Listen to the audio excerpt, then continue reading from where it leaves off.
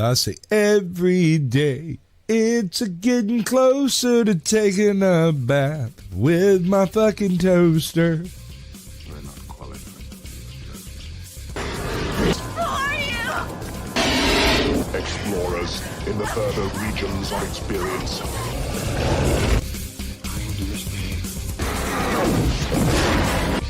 Did you not listen? Then the hell with you.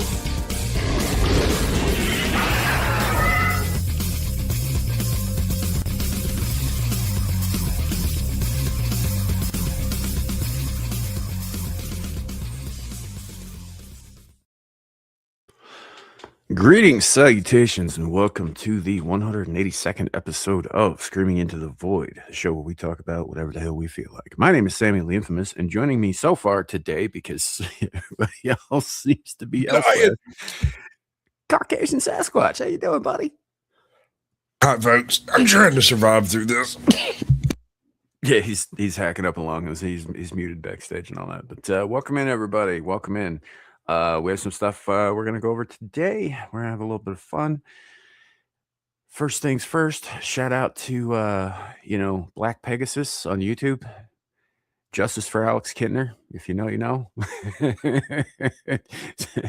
He was doing a reaction. I'll just explain. He was doing a reaction to Jaws for the first time. I hadn't seen Jaws before. And when it gets to the scene where Alex Kintner gets, ate,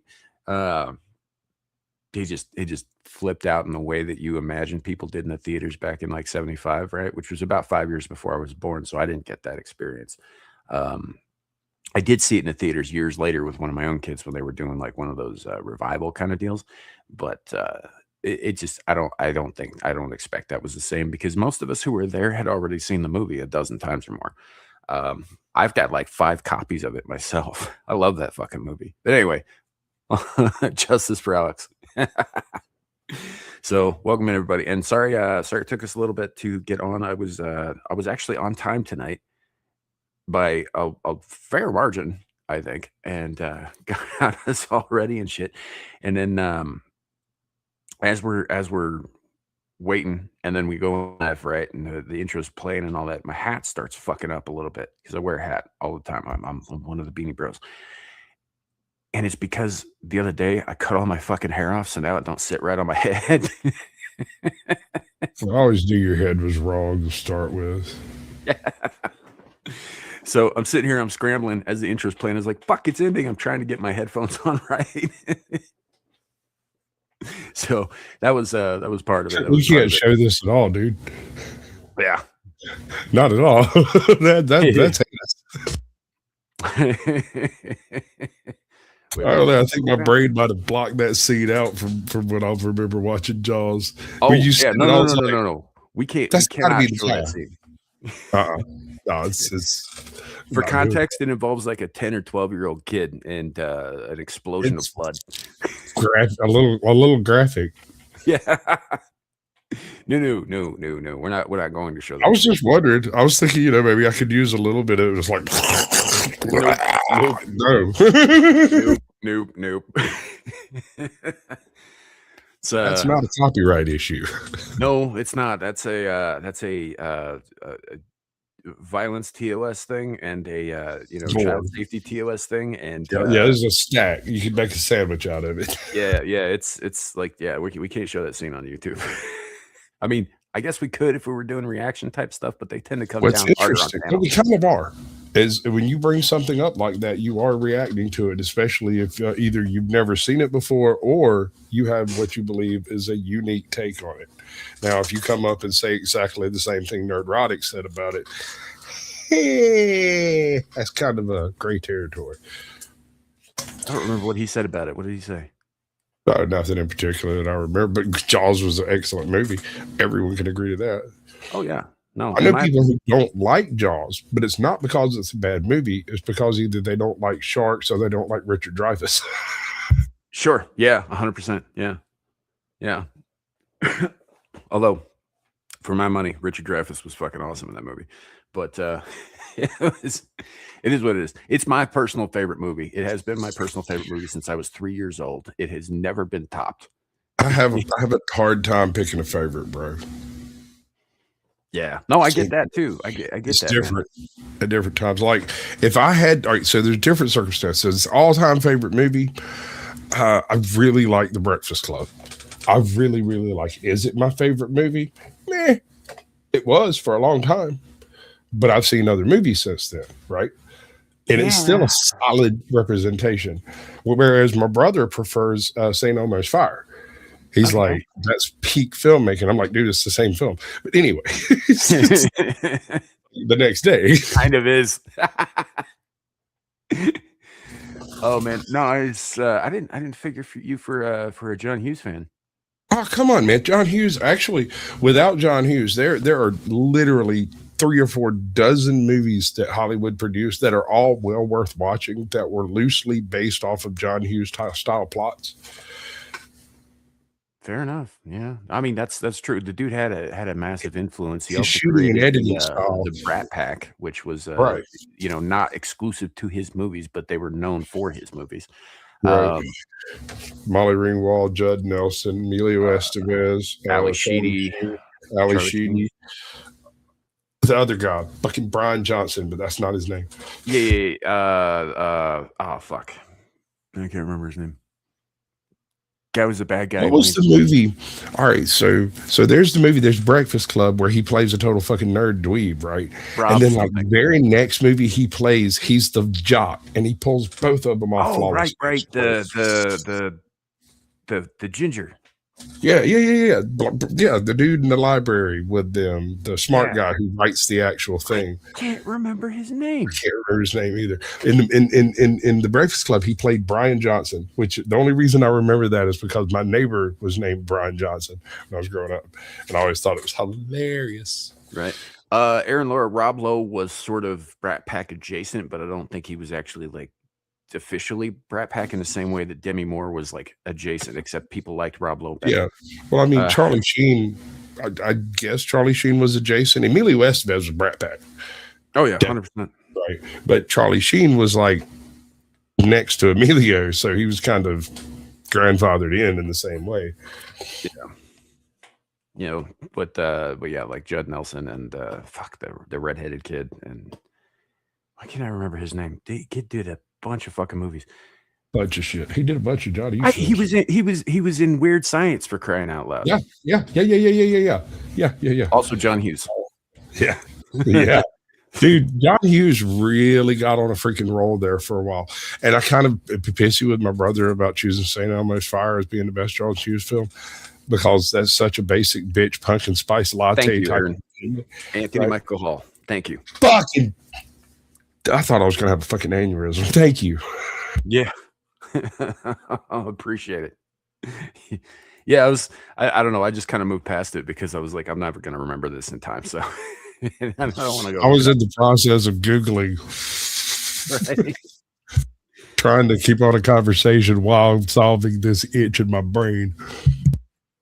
Yeah. Seriously, when it comes down to it, John Hughes has more influence on the way millennials, or is it Gen X? Millennials, right? No, Gen Xers. The way Gen Xers deal with problems.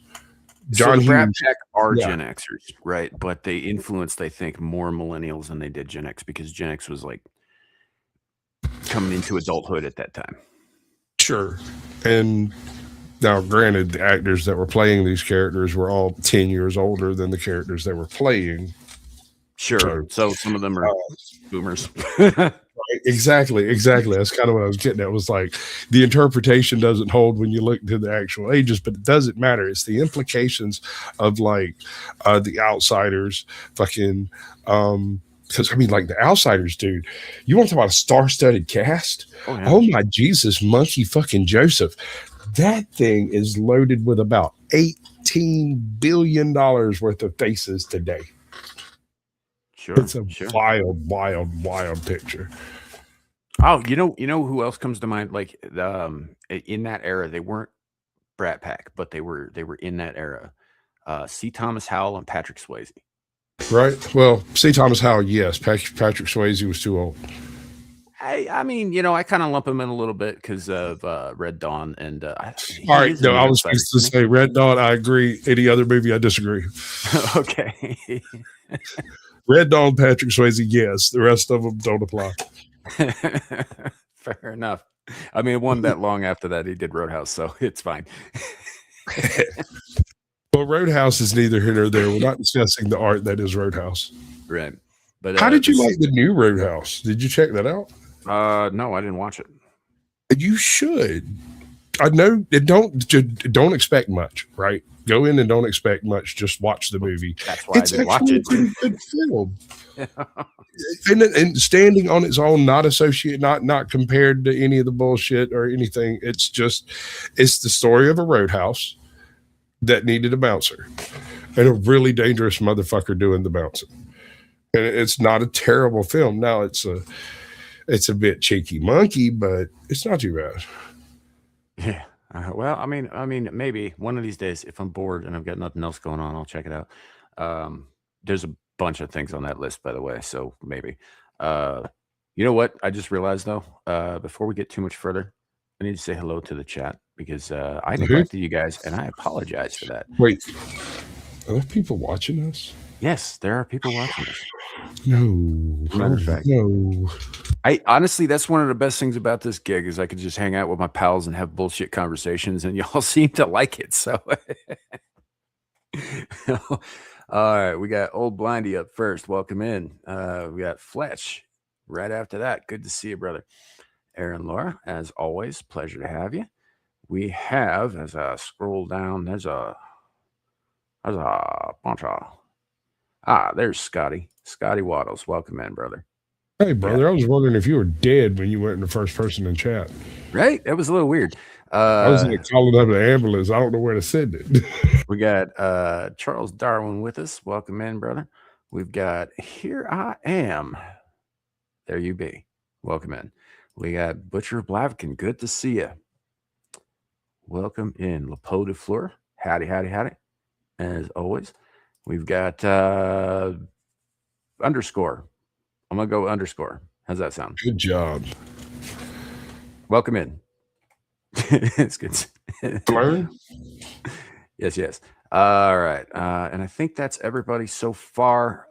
We are currently live on Twix, Rumble, and 2 different YouTube channels, Caucasian Sasquatches and my own, Sammy the Infamous. If you're in any of those places, drop a comment, as you have been so graciously, and I will do my best to acknowledge your presence and existence. I sometimes fail at that, so be prepared. Probably going to ignore it. I start reading the chat, I get self-conscious, and I start thinking about the fact that I'm sitting here in front of people doing stuff, and it really freaks me the fuck out. And so the best thing I can do is ignore that shit over there. I don't have that problem. I'm just bad at it. I'm so curious. I am so curious. It drives me nuts, and I can't get it out of my head sometimes when I'm streaming, especially if I'm streaming by myself. There's 30 people over here watching us or whatever. Why? Don't you have anything more important to do in your fucking life right now? So Sasquatch is demonstrating the cardinal sin of YouTubing. Which is something you don't ever do. Oh yeah, we talked about that. That's right. Yeah. That's right. What was the other thing you said? Keep your pants on. No, helicopter counterclockwise. Yeah. Hands where I can see them. I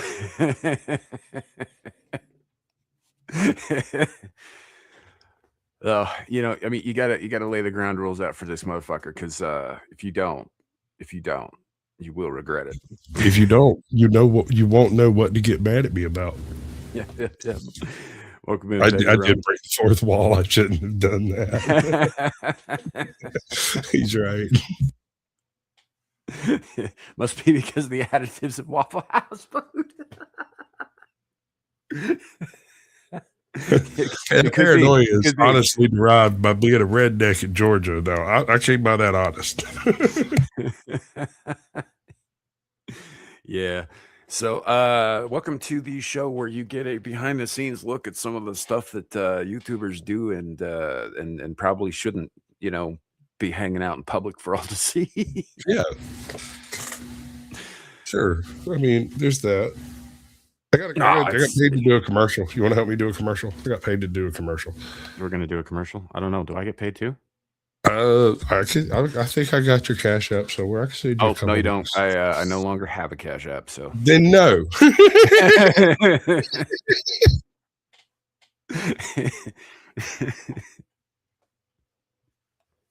All right, fine. Okay. Absolutely not, unless you're going to make it obscenely easy. It's only $20, man. I'd split it with you, but you don't got a Cash App. There's nothing I can do. But no, dude was looking at this. This guy made a knife handle using hot glue and a condom. Okay. Right, one of those Indian videos of check out my super tech or whatever. And everybody was like spouting off about what to call it. And somebody was like, I would pay $20 for somebody to do a fucking commercial. I was like, I'll do it. And bam, $20 showed up. I was like, well, shit. Okay, I'm going to do it. Try to sell the dick knife. Real quick. Penis pair. No, Blendy, that's not what happened. It's the other way around. They insisted on using like people's like real names and addresses and making that available to the public, and it's not okay with that. So, ladies and gentlemen, you are perfectly welcome to come by and come check and see exactly how I greet people who spontaneously pop up in my yard talking about some YouTube shit.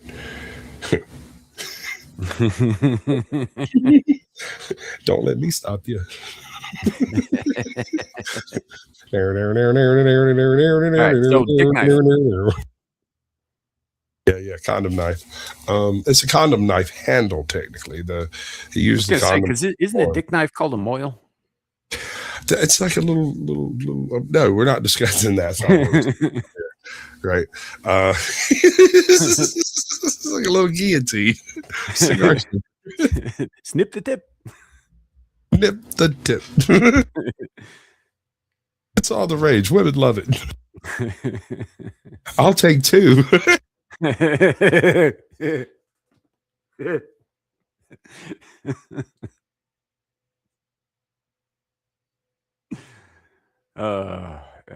we're terrible people. Bouncing. So I tried to recruit my daughter. I want to do some like real life type, Joe Blow, except my daughter does cosplay. Mm-hmm. And I was like, hey, what kind of cosplay you got put together right now? Without even looking up, she's like, I don't really have anything ready to go. Okay. She's like, why? So I want you to sell a condom knife. She's like, okay. I love my daughter. She's great. She did a stand-up routine. I think I told you about it. Absolutely killed me. It was amazing. I cried. I was emotional and stuff. It was amazing. Fair enough. So I'm curious as to how a knife is applied to condoms in any way that doesn't make the condom useless. Condom's not involved. Why is it a condom knife then? Because you use the condom as a form. You use hot glue, filled up the condom. He heats the blade, slides it in, and fills the condom off, and it's a knife handle with a reservoir tip. Okay, never mind. Right. Never mind. I get it now. I was sitting here thinking, I was like, why would you cut up condoms? Yeah, no, I got the video. I've been kind of thinking on it, back burner in my brain, kind of thing. They said, however long, so I got a little while. But usually, I do my best work under pressure, and when I first think about it, if I think about it too much, I think my way out of it. Fair enough. I don't know. I'm sitting here, and the whole time I'm picturing, I was like, why is there a special knife for condoms? Is that like a poop knife, but jizzy? No, man. It's not a special knife. It's just a knife that the dude made a handle in the shape of a condom. And a Slim Jim at that, like a slim condom, not an overly large one. Right. So, hey, by the way, folks, let me know if you start hearing some extraneous noise. One of my idiot neighbors is out vacuuming the fucking hallway, like he owns the place or some shit. And if that gets too loud, if that becomes like an issue, let me know. I'll go yell at him. That's all. I will straight roast you for the whole time that he's doing it. I can hear him right now. Sure. I don't hear him. He's getting closer and closer to my apartment.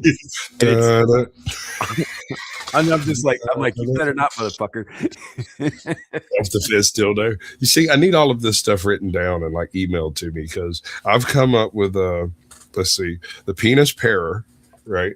Condom, what was it? Condom cutlery. The the shaft shank. What was the other one? Of course, there's the dick knife, which seems to be the most popular. Yeah. I don't know. I've got a few others that are orbiting that I haven't really, done exactly. Self-defense dildo. I don't know, man. It didn't look very self-defensible. I mean, you remember that story about that guy who broke into a house in Australia, and the owner of the house basically spent several hours violating him, right? Like this would be a situation within which I think a knife like this might be most useful. Choose which end. Right? Play a game. I'm the hormone monster. Noisy neighbors probably in chat. He better not be. Oh, that's probably him, actually. You got the vacuum out, giggling, laughing his ass off. I'm gonna fuck up your show. I'm on the show. That's why I'm gonna roast the shit out of you now. Okay, that's getting a little loud and annoying. Vamp for a second. I gotta deal with this.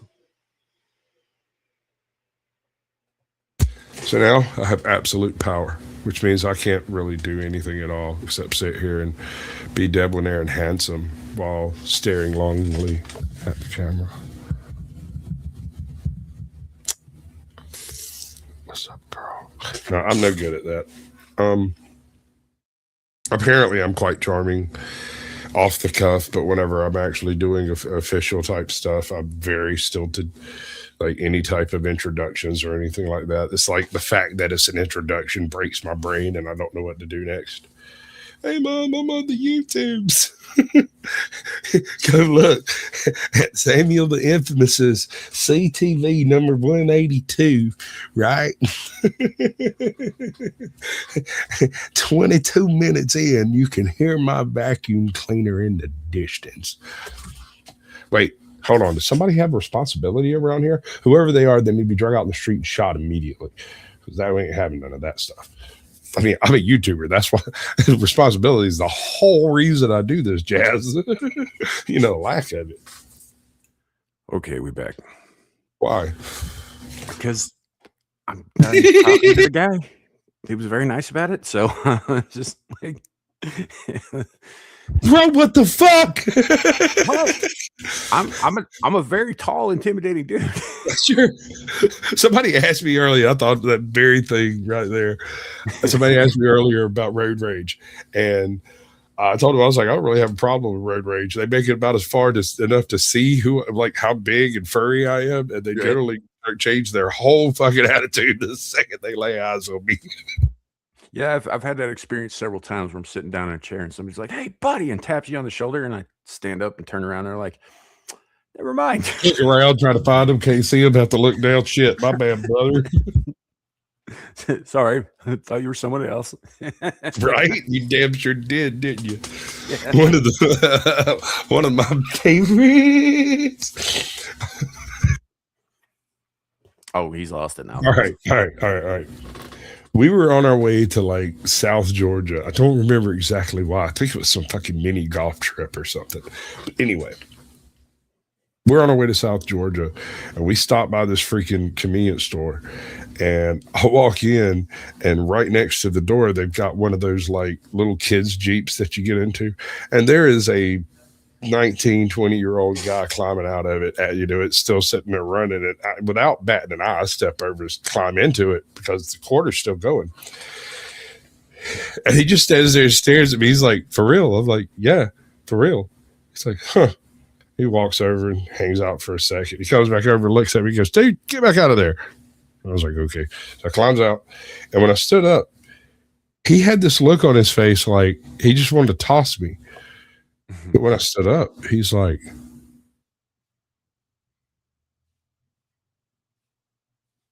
"Yeah. How about them dogs?" I was like, oh. Right. I mean, it's like the only perk of it's the only real perk of being tall because the rest of the time you got to fucking like reach the high shelves for short ass people. Well, you hit the your other head on a thing lot is of we're the things. first ones to know it rains. Yeah, that's the response. My favorite response to that, like, how's the weather up there? It's just to whip it out, start pissing on them, and be like, looks like rain. Yeah.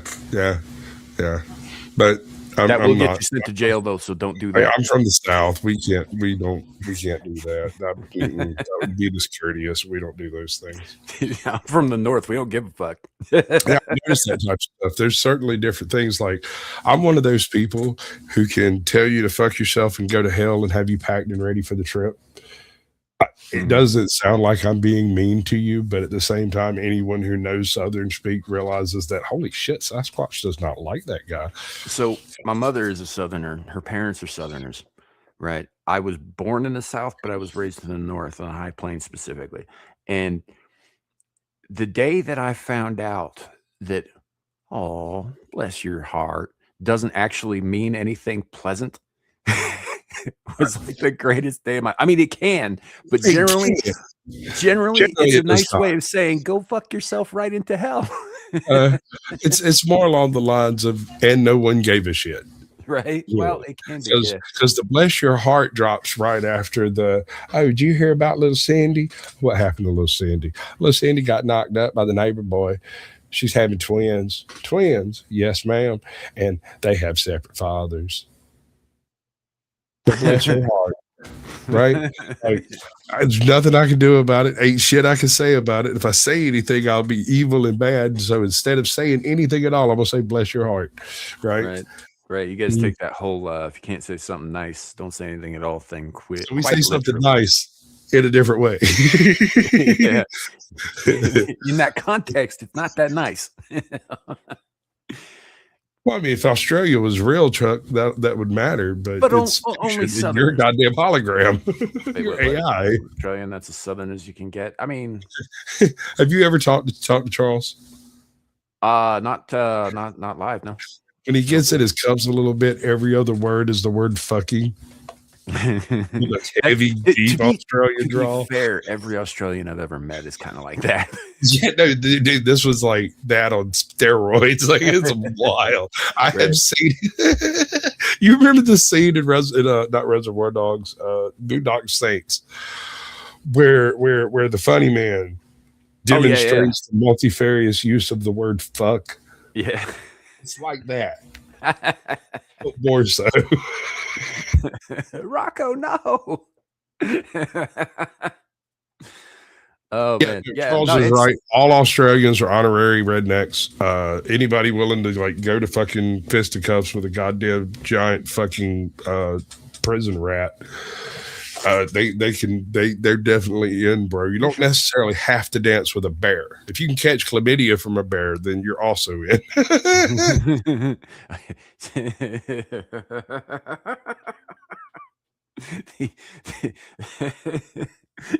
hate it when I get on a roll.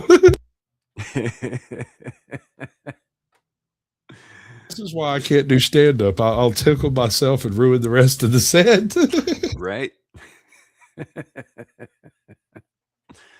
No, that's true though. I do hang out with a fair number of Australians online though, and they do all tend to if they're drinking, it stops being a filler and becomes more the content.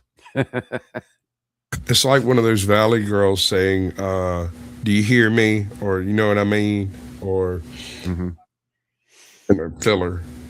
Yep. Or, as I say, it is what it is, or, I was once accused of beating up a kid who I didn't beat up. He actually jumped on me. But when we get into the office, the kid looks straight in the fucking principal's eye and goes, I don't know what to tell you, man. He just jumped up and started whooping on me. You know what I mean? You feel me, though?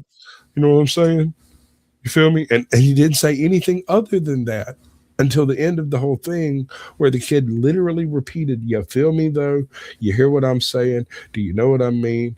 And you feel me, though? For 10 solid minutes. And I was like, no. And I got suspended. times bigger. He did get injured. I mean, I can kind of understand their perspective. You're not supposed to use deadly force, when somebody just slaps you, I guess. But I just hit him across the forehead with a math book and was hoping. I told him I was trying to teach him osmosis, some hard, critical mathematical facts. Yeah, by osmosis. Don't touch a woman. It's like I'm sure if you hit him with the textbook hard enough, he'd absorb like some algebra. I don't know. I'll be honest with you, bro. He's not the only one I've hit with a math book. Ain't none of them been able to do better math after the fact. Couldn't talk right no more. There's one that to this day works down here at goddamn Piggly Wiggly. Calls me sir every time he sees me. Fair enough. All right. So I call him sir too, just because I kind of feel bad for knocking about 20 points off his IQ. Sure. So we've gone a half an hour just kind of riffing here, which I love to do. We do have some stuff we can talk about backstage here. I can't remember exactly what is in what order, so I'm just going to bring up whatever you have. Well, it's in the order that you put it up in. Yeah, but I don't remember what each of those links is. So. It is the Hidden Valley Ranch bit from Dick. Oh, right. Okay, this is amazing. The thing. So apparently, Hidden Valley Ranch wants to pay 2 duos of Americans to go backpacking across fucking Europe, putting ranch on everything. You and me, bro, we can do this shit. I'm telling you, I don't even like ranch. I fucking hate that. I don't shit. even like backpacking. I'm not done. I would still do this just to see the looks on Europeans' faces as their heads explode while I quote unquote fix their cuisine. Not only that, I tell you what we'd do. We're gonna cut a deal with Louisiana hot sauce, son. Some of that, I put that shit on everything. We're gonna get a couple of other buddies to go with us. We're gonna check some really hot caliente chicks to come with us, right? Paid. Just to pretend to be alone. They're calling them ranch ambassadors.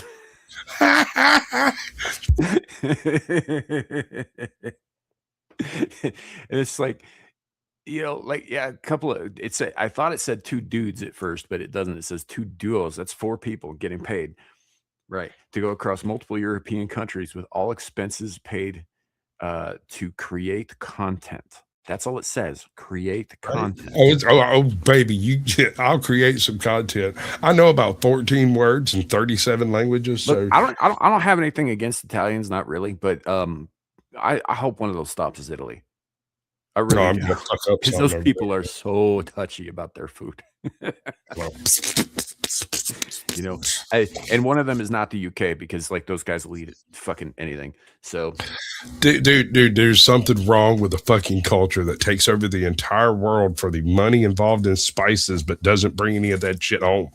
The fuck is wrong with these people? I don't get it. Spice now, but only because they got invaded by people who like spice. So. That's fucked up. I hadn't thought about it that way. I'm just saying that you're not wrong. They didn't have curry before there was an influx of people from curry making countries. So. Right. Now they owned the curry making country for like 500 years and didn't never bring brought it back any with back. them. No, well, I mean, in the curry's defense, it was good enough that it never made it to Britain. I mean, think about this for a second. The British Empire, right, went all around the world collecting all kinds of stuff. They looted tombs and they pillaged like national monuments and stuff, and they brought all that shit back to the motherland, right? But they didn't bring the food. Think about that. Okay, so I got a little pushback on that. Bananas. The only reason we have bananas in the way that we have them, and by the way, there's a new banana plague. It's going to wipe out all the bananas you love. It's going to be different bananas next year or a couple of years from now. But anyway, the only reason we have bananas is because some British bastards found a banana in the Amazon or wherever the hell they come from. Not 100% certain on that one. and was like, oh, those things are tasty as fuck. And they put it in a pot and brought that fucker back to England. And for like 100 years, them son of a bitches sat over there in a hothouse growing until some other bastard come along and was like, what the hell is that? Oh, that's our bananas. Banana. Yeah, you know, yellow fruit's real tasty. Here, have one. Oh, that's delicious. How many can you make? Well, we only got the one tree. Monoculture was born.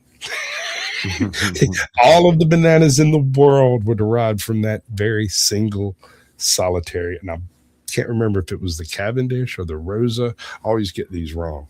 You're talking about the big yellow ones, right? Not the little plantains that you get from like Central and South America. Because those are our bananas technically, but they're kind of like proto bananas. Yeah, they're not. Well, see, that's the difference. Is those are selectively bred. They have things like seeds and all that crap in them. Mm-hmm. The bananas in question that actually took over the world and caused something referred to as the Banana Wars and the Banana Republics are, I think, we're all Cavendish. It's like that time that Chiquita ended up overthrowing a whole nation. Because of fucking bananas. That happened. Chat, look it up. It is fucking hilarious. It was like 40 fucking years ago. I mean, the fact that an actual country lost against a fruit corporation, right? And you know what's even funny is I don't have this pulled up because I don't obviously, you know, this was a few years ago, but so the Chiquita Corporation actually posted something commemorating their takeover of a foreign nation on Twitter not that long ago. It was like 2-3 years ago on Twitter. That's hilarious, bro. Yeah.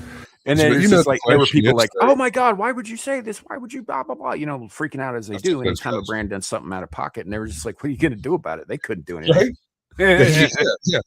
We overthrew that nation. They don't exist anymore. They can't complain. That's how that works. Shut up. Conquered people should stay conquered. So, anyway, I think we should drench Europe in ranch dressing. I would love to help you, sir. And I volunteer as tribute. Right. I don't think it's going to do much for like Germany or Austria or whatever, but like France, Italy, Spain, those guys all love their food, and they really take offense to saying, "Hey, can I get a little salt?" Imagine what they're going to do when you pop some ranch out of your inside pocket and go to town. We might get murdered. Definitely got to catch an ass whooping. I'd like to see you and me, all these half-fed Europeans, right? You know, y'all ever eat corn? They're gonna Amanda Knox us, dude.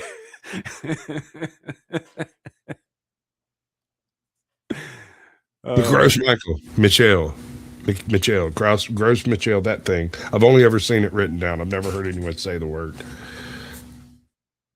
Oh, it'd be Michelle, Gross Michelle, yeah, whatever that is. Right. Yeah, they still do, but the thing about it is, they're not the real deal, right? They've been selectively gizmoed. I don't know how to explain this. Almost all of your Gross Michelle comes from a monoculture sample that's kept in literally a hermetically sealed fucking vault, because anything going in there could bring whatever the banana plague was. But my point of all this was there's a new banana plague, and your bananas are doomed. Sure, there's nothing we can do about it. Just anything like the whole bee thing.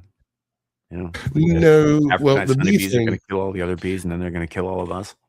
So here's the difference with the bee thing. Bees have a genetic profile that vary, right? And so some hives respond differently to different stresses and whatnot, and yada yada yada, right? So there is some built-in diversity in the bee structure. Sure.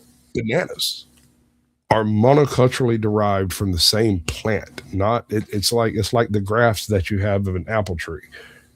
You put the graft on so that it grows a particular type of apple. The stalk grows plums or what the fuck ever. It doesn't really matter. You know, it's the genetic material of the tissue growing itself. And so whenever you reproduce banana trees, you're cloning the original banana tree. There is no genetic diversity. If this one is susceptible to it, every single one of them derived from that source is. Yeah, that's fair. That's fair.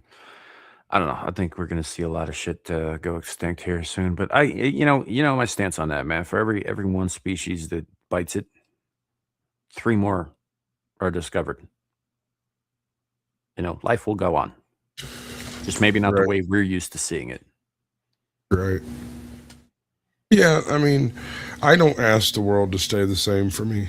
I don't expect it to, and I think anyone who does is delusional to think that we have control over anything as fucking complex as the weather.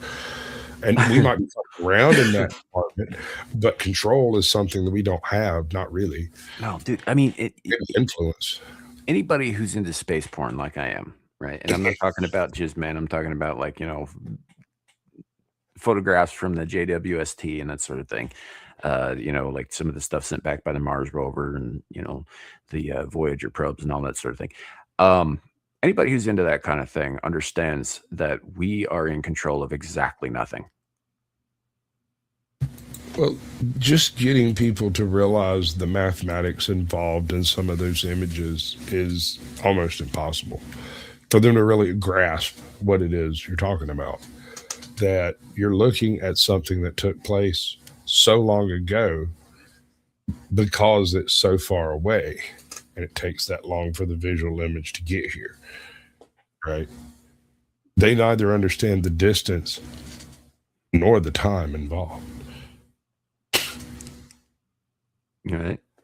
And they just stare at you with that lost look, like they got dropped off on the wrong corner and they're scared to walk home.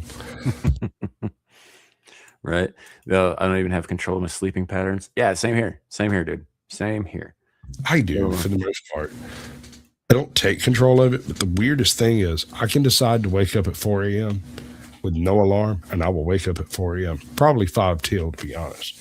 But I might wake up at 3, 4, 3:15, 3:45, you know. But I have to set alarms for like 3 hours straight. And I might hear some of them. And that's assuming I got to sleep at all.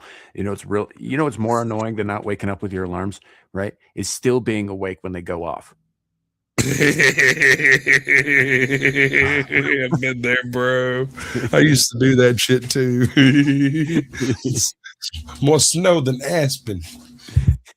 Right? It's looking for Fudge Ripple. It's not fun. It's not fun, but that's a whole other problem that I got. But yeah, I wanna bring ranch dressing to the masses of Europe because I mean they ain't gonna be around much longer anyway. They're all about to get subsumed under a wave of Islamic retribution, so it's fine. You know, and who knows? Maybe the Islamists really like ranch dressing too. We'll see. Probably not though. Something about it. It's probably haram. So, well, verboten. This is European, bro. I guess they do kind of haram now, don't they? Yeah. So I don't know. I'd rather harem. You know what? Actually, that brings up something that I was curious about your opinion about. This has nothing to do with any of the topics that I posted, but so Ilhan Omar, right, got caught running a fake winery that doesn't produce wine, that doesn't sell anything, that just takes in money, and the money just disappears, right? This is a thing that happened. My question is, allegedly. My question is, why in the hell was she running a winery in the first place? Because as far as I know, right, if drinking alcohol is haram, then selling it is too. Yeah, I think you're misunderstanding the difference between being born a Muslim and being a congresswoman. I'm just saying, it's like she not only is she breaking fraud laws, but she's also breaking religious laws. She's going to hell, sir. Yeah. She's going straight to hell. They might throw her off the building when she gets home. Right. So no, it's something that struck me the other day because I'm sitting here and I'm just like, no, as I understand it, yeah, even having anything to do with that sort of thing is not okay, you know, in the Quran. They're not supposed there can be alcohol present, but they're not allowed to touch it or have anything to do with it. And in order to make wine, you have to touch it. Old Blondie gets it. Says so. It's a bake like in South Park. And it's gone. Kinda, yeah. It was there, I swear. Oh, did you hear about the guy? God, I lost all of this. I don't have any of it handy. All right, so we've discussed that it's legal to make moonshine in some states to certain amounts under the right circumstances, yada yada yada. Right, for personal consumption mostly. Yeah. Well, I mean, it's a certain amount per person, per adult in the house, and yada. Right. So there's a case coming up, and I can't remember the fucking shit, but it's coming up, and apparently it's been upscaled or whatever to the Supreme Court. I think it's only in the state Supreme Court right now, but if the state rules on this, here's what happened. Guy bought a gun. He bought it from somebody out of like Louisiana, Alabama, or something like that. And the paperwork was messed up. And so the ATF showed up with a warrant to see the gun and verify, whatever needed to be verified. When it was all said and done, he ended up paying a fine of like $450 because of fixing some paperwork. Right? Mm-hmm. While they were there, they noticed that he had a moonshining system and what appeared to be several thousand gallons of moonshine in individual jars arranged in a building. And they left there and got a warrant and came back and took all his moonshine. And he's been going through the court system for like 7 years now, trying to basically clear his name because it's legal to make moonshine and there's no limit on how much moonshine you can have on site as long as you make it in legal amounts. And what they had raided was his family's personal moonshine library. 150 years of family corn squeezins, recipes, and everything with samples. Now you can't buy that type of education. You know what I'm saying? Like, Popcorn Sutton's dead. You can't do it no more. And this was one of the sources for old school moonshine, and that involved things like apple pie mixes, blueberry shazams, all kinds of stuff. 150 years of history down the drain because somebody got uppity about the distinction between possession and making. But there's no law, to my knowledge, on the amount of moonshine you can have on hand, provided you made it in legal amounts. Certain amount a year, a month per person, that kind of thing. Sure. So all of the entire operation after that gun got settled was completely outside the scope of anything to do with them because they were neither buying nor selling any of the moonshine. It was all personal use. And if this case goes the way I think it's going to go, it might just open the ability for homemade distilleries to function all over the U.S. on a local level, just like craft brewers, craft distillers. Okay. I could see that being, I mean, that's a win for personal freedom, but I could also see that being like not great for small communities. Do you know why making alcohol was initially made illegal? In fact, there's no framework in the Constitution to render alcohol illegal, so they can't do it. But what they can do is render the buying and selling of alcohol illegal. That's a commerce clause. Oh, sure. Right? That falls under the federal government quite squarely. And so that's really what you're falling afoul of when you make moonshine is tax law and commerce law. No, they'll always come up with like some goofy workaround. Like for instance, ballet songs, right? Butterfly knives, as they're commonly known in the United States, even though that's not actually what a butterfly knife is. It's a whole other thing. But butterfly knives are much fucking bigger and they're fixed blade. But anyway, so you can in Wyoming, it is legal to own one. It is legal to purchase one. It is legal to have one in your home. It is legal to, like do all that stuff, all the usual stuff. What it's not legal to do is transport them. So you can go to a gun show and you can buy one, but you can't take it home. You can have them at home, but you can't carry them out with you. Yeah. That's kind of the spice legal highs, K2 stuff like that. In Georgia, those things are illegal to traffic, but they're not. They are illegal to traffic, but not illegal to buy or sell. Yeah. So like, whatever, man. Yeah, so I mean, there's always some goofy fucking workaround, particularly when it comes to agencies like the ATF. I mean, those fucking assholes. Well, I mean, ever since Chevron deference got overturned, a whole lot of federal power has been turned off at the tap. Yeah, which is good. Awesome, good thing.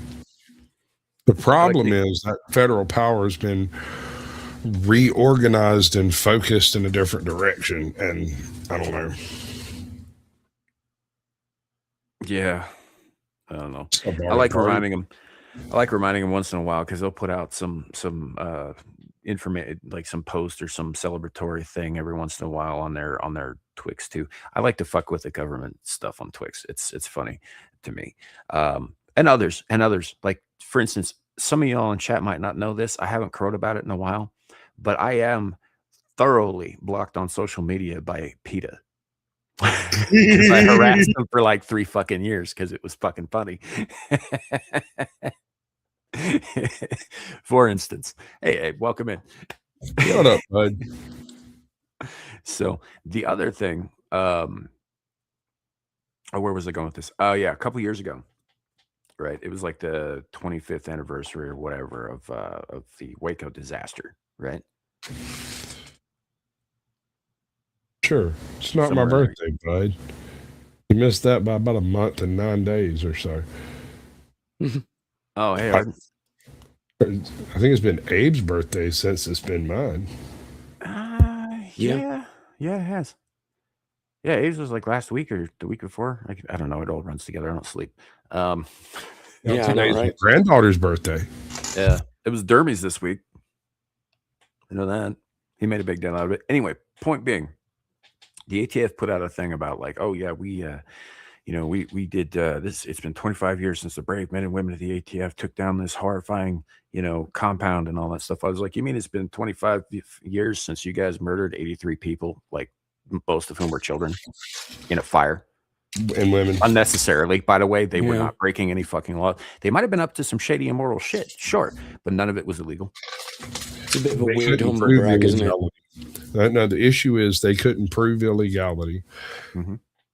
If they could prove it, they would have had a warrant and they would have been in that motherfucker like Flynn. But they had multiple teams watching him, choppers in the fucking air the whole time. Mm-hmm. They knew exactly what was going on in that place.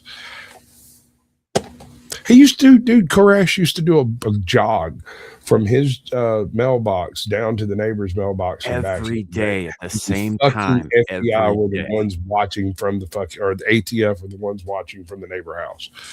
I think they had an FBI liaison with them before they got like too involved. But yeah, there was one FBI guy there at the time. But yeah, if they wanted to snatch him up for like illegal doings or whatever, they could have done that at any time without putting anybody else in danger. They had months. Right. Yes.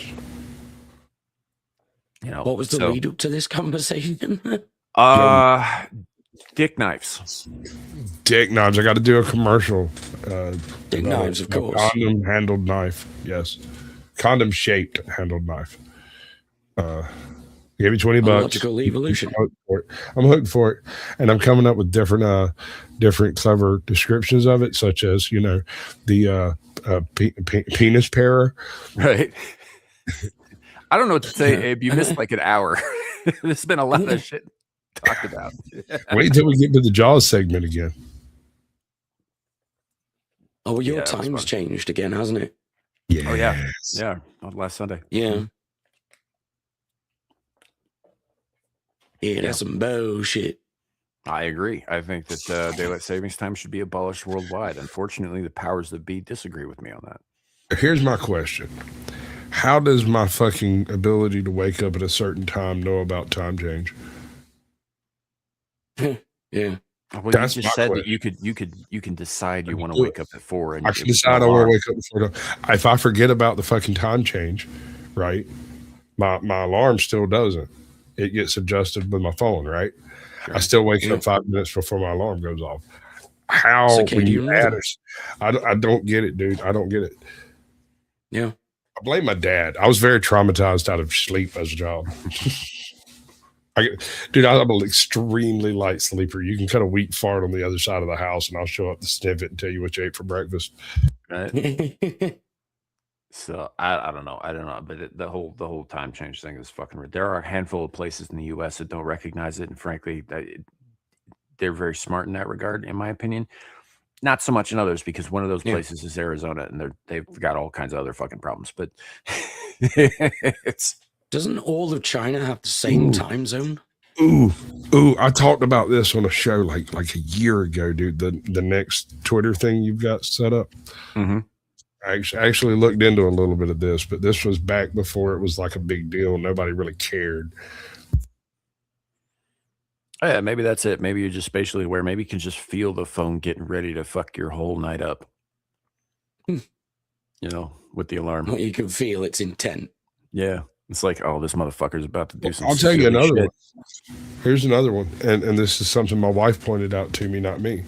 If I go and I'm like, say I'm cooking and I'm going to bake chicken, say, and it's going to be an hour and 45 minutes. I'll go put it in, set the timer, sit down. And about a minute and a half before that chicken's done, I'll get up and walk in there, take it out, and bing.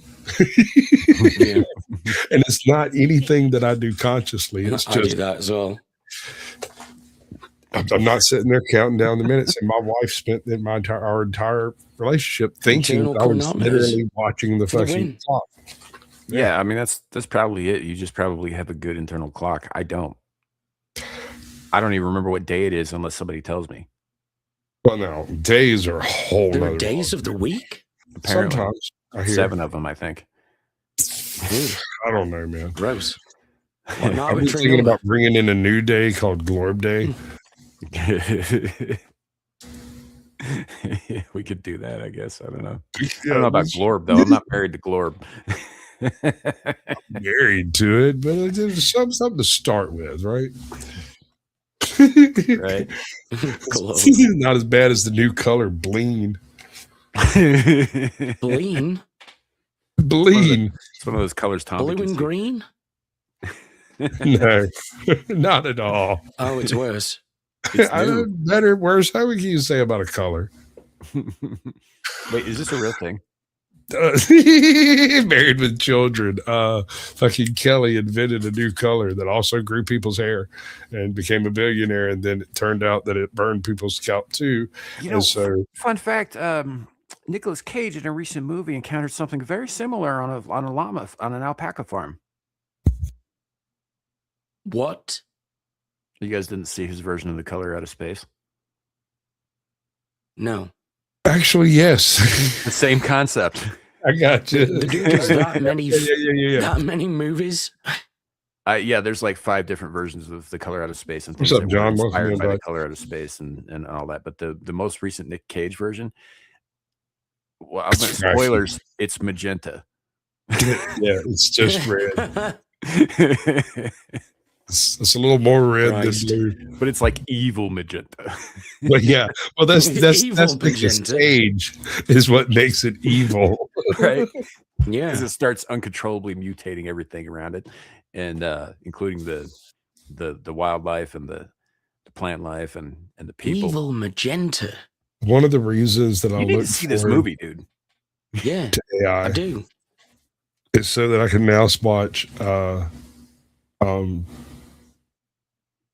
What's the fucking fiery skulled fucker's name? Ghost Rider. Ghost Rider. Thank you. I can watch Ghost Rider in all of Nicolas Cage's films. You can just AI fiery skull over his face and let it roll. I mean, yeah. Yeah, you could do that. You could do that. Well, I don't see any reason why not. It makes an excellent continuation of a comic theme that's killer. I honestly, I think the best place to do that is probably Willy's Wonderland because he doesn't say a fucking word in that movie anyway. You're not wrong. Or you could just, completely jump the shark and do John Wick. Because, I mean, if you replace the guns with chains, flaming chains. Dude, just that scene where he's getting tortured in the first John Wick, right? He's tied to the chair and they're like, "Oh, so are you back?" And just put Ghost Rider's head on. And he's like, "Yeah, I'm thinking I'm back." Oh, shit, dude. Kind of awesome.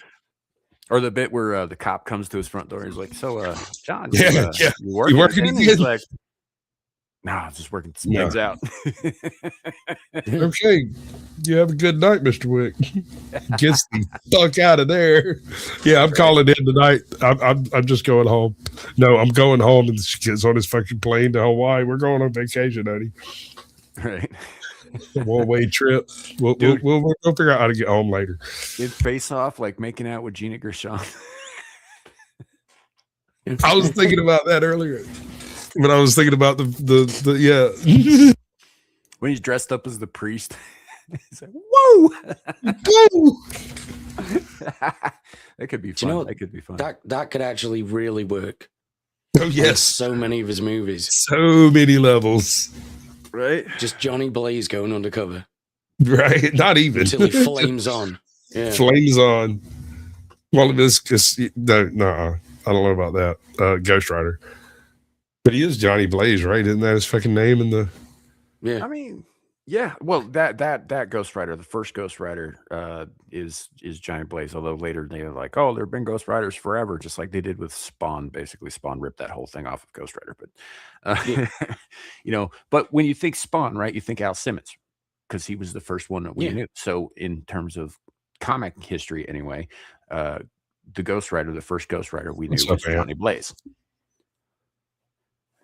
Yeah. Later on, they add in some other shit, but whatever. It's fine. Sure. I mean, I don't dislike Ghost Rider. I prefer Spawn though. Yeah. The fact that Spawn, a literal spawn of hell, gets a choice. Oh, hold up, John DeNicola, you take that shit back right now. Oh no, it wasn't.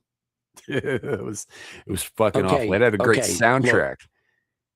If you can say that Velocipaster is an enjoyable movie, okay, I say the same of Spawn. Hold on. I'm not saying it's not enjoyable. I'm saying it's not good objectively. The Spawn film holds nothing next to the animated series thing that they did. Exactly. Yeah. It's not comparable. Malbolgia is a fucking joke, and it's no fucking Spawn. Okay, is nightmare inducing. Yeah. I got to link you to something. So I was watching Michael J. White on Joe Rogan, right, and he was talking about this, and I made a short out of it a while back, and I'm going to bring up that short because it's mine and I can. I gotta find the fucking thing here real quick, but I agree with what Jay White said about it, or with what Michael J. White said about it. 100%. 100%. And he was in the goddamn thing. I'd still be fine with him coming back as Spawn in a reboot. Oh yeah. No, he would be fine. Here we go. Yeah. All right, grab that. I'm gonna pop the link in the private chat here.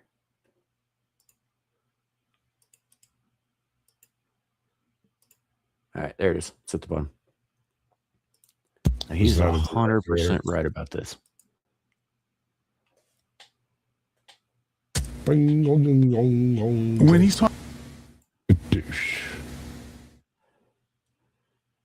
about doing another Spawn, I'm like, you haven't done a first one. Holy shit, he's right. I mean, he's right. He's right. They haven't done a first one because if you actually read the fucking comic books, that movie is not Spawn. It's not. Not at all. No, it's the Punisher. It's the Punisher with chains and a bad attitude. It's but watered down for PG-13 and also with Chapel like turned into a girl. Yeah. There's a lot of problems there. the animated series thing that happened, that what was it, mini series or whatever. Oh That was yeah, fun. it was the One of- HBO. They had 3 seasons. They were supposed Yes. to have 6, but they got canceled, which is unfortunate because it is It's kind of stupid. cliffhanger. But it's up until that point, it's excellent. Yes, and that's one of the rare things. Now it gets a little bit what I call choppy towards the end of season 3, middle of season 3. There's so much shit going on that it's almost impossible to keep track of what you're supposed to be watching. It's easy to lose the To ball. be the fair, the narrative comics and kind of everything. get that way around Yeah, you're not issue wrong. 50. It gets kind of whacked. Yeah. Well, I mean, it's You just know, like, who is that that chapel- cunt? Hold on, who is that cunt? You got to go back and open a couple other comic books. Yeah. Oh yeah, that cunt right there. That's the motherfucker we're talking about, right? That version of Chapel grew up to become Chapel Roan. Pink Pony Club. That's like the 3rd time somebody's mentioned that name in the last fucking week online. I don't know who the fuck this Chapel Roan person is. Is it a person or is it a horse or what is it? Yes. That answers nothing. It doesn't help. That is less than helpful. No, I don't know who this she's person a is. singer. Is she? Okay. Pink Pony Club is probably her most famous hit. I don't have any idea what that is.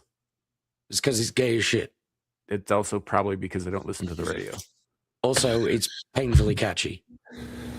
Stop it right now. No. I want none of No. that, Abes. No, None of it. no, Nah. no. Listen to it. Not going to happen. Join the collective. You kiss the wall. Kiss the wall. Eat the boobs. Kiss my grits. It's just my grits.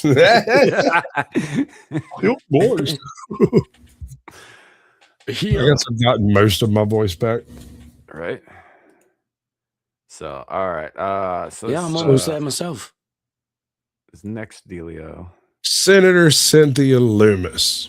So this is my senator, folks, for those of you who don't know. All right, you want to tell them what this is? Or you want me to just spurg out on it for a second? I think you should just spurg out. I think that'd be All fun. right, so listen, here's what they do, right? They've got this group of peoples all over different places, mostly in the north, but different places. I imagine it's all blue cities, called freedom trainers. And they coach far left activists to go gaslight their way onto juries, and then vote not guilty specifically to sabotage DOJ prosecutions. That's treason. Yes. Also, wholly un-American in every other sense, because any true red-blooded American knows that when that jury summons comes, you do everything you can to get the fuck out of it. Yeah. Speaking This of which, betrays the very concept of justice. I think my wife had jury duty yesterday, and we forgot. Hold on. Right. I'll So, be back. Nobody in America thinks of like it's a duty. It's not something we want to do. It's something we It's have a to do. duty. So nobody goes out of their way to get themselves on juries that they weren't like what the fuck, right? Everything about this is super messed up. Everybody like I believe I the will- word retarded was the one you were fishing for. yeah, retarded is a good one for that. I have never myself been on a jury duty, been on a jury before. Duty. I have been summoned several times, and the reason that I haven't gone is because they always manage to send me the goddamn letter 3 weeks after I've moved out of state. And I'm like, I'm not in that district anymore. I can't serve on that jury legally. I'm a resident over here now. Make sure you Tell tell them to them go you're an fish. influencer. Oh no, I never mentioned that shit. No. Oh, tell them they'll boot you right immediately. Except I don't know that I am an influencer. I think influencers are, bad people. Hey, for one. Yeah, they make money doing this shit, first of all. Secondly, Mercifully, I'm well, exempt I mean- from it anyway. like Johnny Somali, would you consider Johnny Somali still an influencer, considering he's about to do hard time with hard labor? Until He's his about to ass be is behind influenced in bars. prison. Yes, sir. Because I mean, didn't the sentence come down to like something like 30 fucking years breaking rocks? Yeah. Like actually breaking rocks. They're not kidding about that shit. They're going to put his ass to work for no pay. He is a black man who is being enslaved. Oh no! It's not America. Terrible. It isn't America. This is why you don't go to other countries and fuck around without knowing their laws and customs. See, that's the thing, is a lot of Americans have gotten really fucking comfortable in their little ivory towers over here, and they're thinking about how oppressed they are all the time because they got nothing but first world problems. Oh, they're out of pumpkin spice. Right. I don't know what I'm going to do without my lavender face mask. I don't know. I think lavender was still last year. We're on to boysenberry now. Yeah, it might be something interesting to the DOJ to investigate. Just saying. You know. Yeah, I mean, it's like we tend to. I'm all for American exceptionalism. What I'm not for is acting like a jackass in a country where America is not the de facto ruler, right? Yeah. Although in South Korea, the line's a little blurry there, but in Japan, I mean, you mean occupied Korea? The state of South Korea. Like I said, the line's a little blurry. You could be right at the same time. So, but my point is like, you don't go to another country and act like an idiot. You just don't. You don't do that. Not if you want to fucking come home again. And it's that fucking simple. Like y'all saw that. You remember a couple years ago that that fucking Karen from the US who was wandering around like Central fucking Africa or whatever, and she comes upon this hovel and she decides to like stick her nose where it doesn't belong and starts yelling at the guys there, and so the big dude who lives there walks right up to her. He's like, "Fuck are you on about, lady? Just go. Just get out of here." And she's like, "No, I'm not gonna go. I'm gonna doing the American Karen thing." And he just fucking slaps her. And she's like, "You can't do that." And he's like, "I'm an American citizen." He's like, "This ain't America, lady. And if you keep it up, I'll do a lot worse." Yeah. Shit went viral a couple years ago. You'll be over here cleaning my fucking hovel. If you don't get machete. You'll be cleaning something. Yeah. And if you keep it up for too long, you become bushmeat. Right. And we're talking about a part of Africa where the law is whichever warlord is currently holding on to it. Yeah. Yeah. Depends on what time of the day it is. What would you think about an American takeover of Haiti? Why would we do that? Well, I get Cuba. I get Cuba in a strategic sense, right? Oh, come on. They got like 9 deepwater harbors. That's fucking gorgeous. Yeah, but I mean, I kind of get Cuba, but Haiti, really? It's cheap. I mean, you could be picking up like the side lot. Because life sucks there. Yeah. Better for the people. Sure, it'll be better for them. And once you get a little bit of Americanization going on in that whole ecology over yonder, I mean, fucking condos as far as I can see, bro. There's nothing there. I'm with Charles Darwin here. What do you say? I'm sorry. That's barbecue. What do you think? Barbecue. I got something for barbecue, bro. I'm pretty sure me, a handful of hard beer swilling rednecks from the Redneck Air Force, and a handful of these Creole Navy fellas. Look, them Cajun boys. Look, you can take it. I think if you sent it wouldn't be that hard to conquer Haiti. It really wouldn't. Like you could send the Cajun Navy, and they'd be done in an afternoon, right? And that is 90% because the Cajun Navy gets shit done. Well, you're not wrong. It's just that what they'll do is show up and throw a barbecue and say, "Congratulations, you're all Americans now. We'll be holding an election," and then they take over because fuck yeah. And by the way, we're barbecuing pig, not long pig. Yeah. Well, it's like that shit's over. Some of them Cajun boys make you wonder a little bit, though. Yep, you're free to have pets now. But you don't have any to have, so good luck. Well, that's one of the things that I always laughed about that was people are talking about how like, oh well, eating dogs and cats in Haiti is like a delicacy. No, it's because they were fucking starving. That is true. Yeah. And as far as why would we take it is, and I firmly stand by this, it is a broken system that is doing nothing but ruining any chance of its own success. It is literally some of the best property on earth It is currently occupied by what comes down to raving war bands, and could probably be knocked out by 24 Navy SEALs and one regiment of the fucking Marines.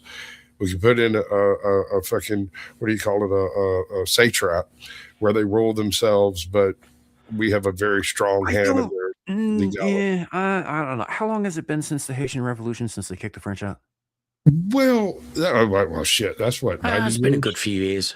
Yeah. It's been a while. I think they've clearly demonstrated they don't know what the fuck they're doing when it comes to governance. That's why you use the CIA to handpick their leaders so that they actually look like they know what we're doing, know what they're doing, and get the benefit of maybe becoming American citizens in a distant future. But until then, and that worked out really well in Iran, under the stipulation that they stop eating people. Well, okay, admittedly, to be fair, that isn't all of them. There's food in there, but America, if nothing, is resourceful about getting food to people. That's one thing we're real good at. If we decide to. I mean, if I remember right, Haiti does have some very fertile farmland, given that it's a fucking tropical island. That's, it's not always the best place to raise crops, but as those places go, it does have some very fertile farmland, but they live in chaos. Whereas the Dominican Republic has kind of like gone scorched earth on all of their farmland, and it's not great anymore. But they are socially stable. Yeah.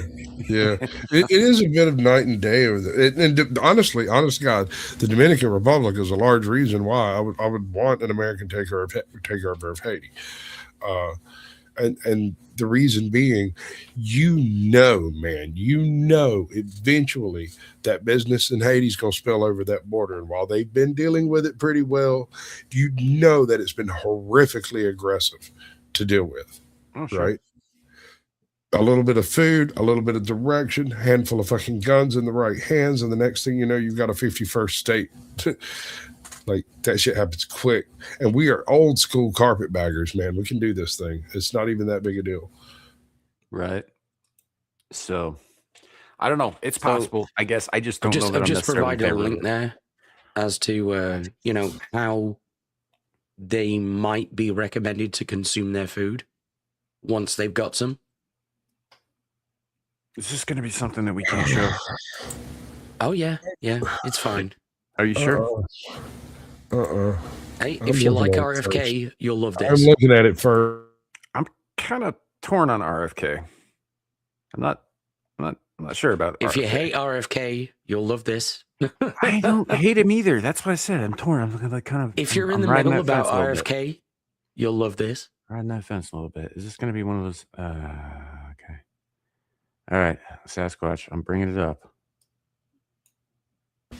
I think we're good. Oh, I've seen this 100 fucking times, dude. This is This isn't even news. Yeah.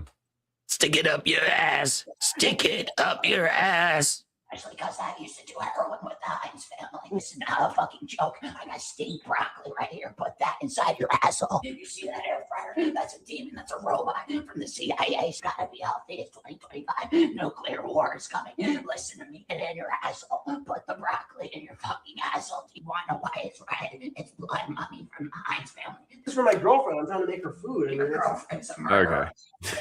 Okay. I wanted to inhale the gas and get in the nutrients. Not. I fucked a bear. That might. The Raging Tomato. Hi. Welcome in. Hello. How are you doing? What the hell? Yeah, what the hell indeed? Yeah, no, obviously you don't watch Sasquatch's content on Saturdays because he's always doing this shit with me. Actually, I'm blaming Abe for this one. Yep. This is all me. I love that just throwaway line though. I fucked a bear in Central Park once. My question is, where the fuck did he find a bear in Central Park? Well, exactly. He was a furry, clearly. I mean, unless it's the other kind of bear, the San Francisco kind. Right. That's I'm sure they're plentiful. I don't know how plush he is, but Are you saying RFK is an otter? Is that where we're going with this? I don't know. I don't want to finish this video, man. I've seen this 100 times. I have seen it not 100 enough times. time listening to I'll gladly RFK watch in it the 100 first more. place. Yeah. So, we going on the next one. Yeah. Okay. So apparently if you can order an Uber in certain parts of the country, you actually do get a little discount if you go with a woman driver. It's a That can't be real, 17%. surely. I didn't think it was either. Apparently in select locations, this is absolutely a thing. So Jesus.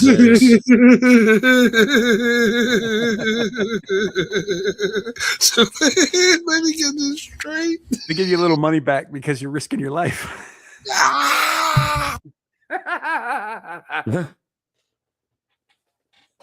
That's not it. The thing is they're all patriarchy. That entire woman-run place pays women less. I hadn't even thought about that angle. Come on, man. Dude, Yeah, that's why I asked. Was it 17%? Is it 17% less? That damn glass ceiling. God damn classy. Asian drivers are for free as long as you're going left. Working out for the sake of 41 cents. Right, exactly. Someone check and see if it's 81 cents on the dollar. That's exactly what I was talking about. They did this to themselves. They're going to complain later and say that everybody's patriarchy. You know this is a setup. You're going to get sued if you get true. I guarantee you, you get into that fucking first car and the first thing you see is a fucking nose ring. Well, it's kind of so my first thought when I saw this wasn't the risk your life thing, although that was funny. And it certainly wasn't the patriarchy angle. I was thinking that they were actually giving you a discount for supporting women.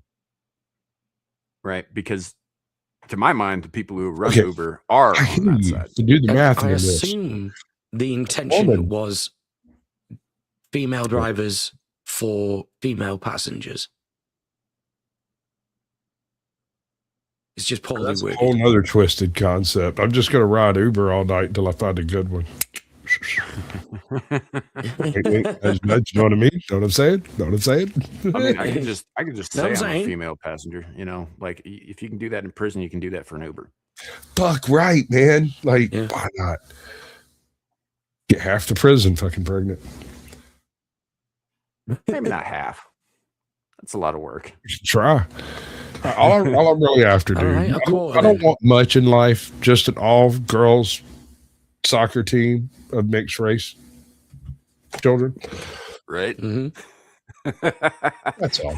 They all got to be mixed, though. So I don't want no white bitches. I mean, far and wide, he said, so you see.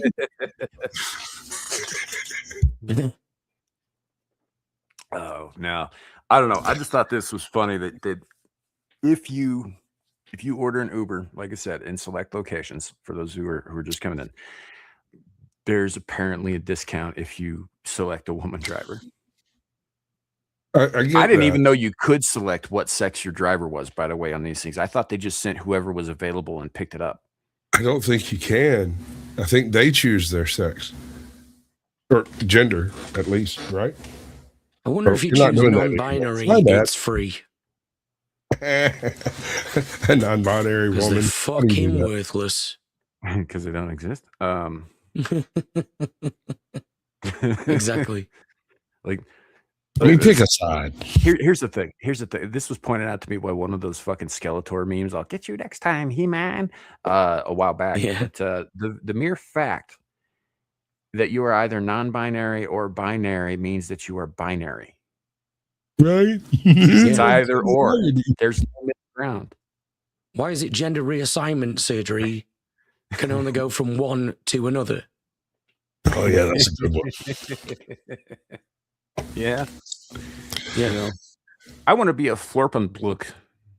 A flopping hook? Of Yeah, I don't know. course. You I wanna be just Dutch? made some shit up there, but I you hear know, they're they going only into had their two, so I wet figured. this time of year. That is definitely a Dutch word of some sort. It might be. It might be. Yeah, I probably just said something about horrifying fish. in Dutch. A A flurben fish, dude. I blurben. swear to God, everything Dutch is a fish.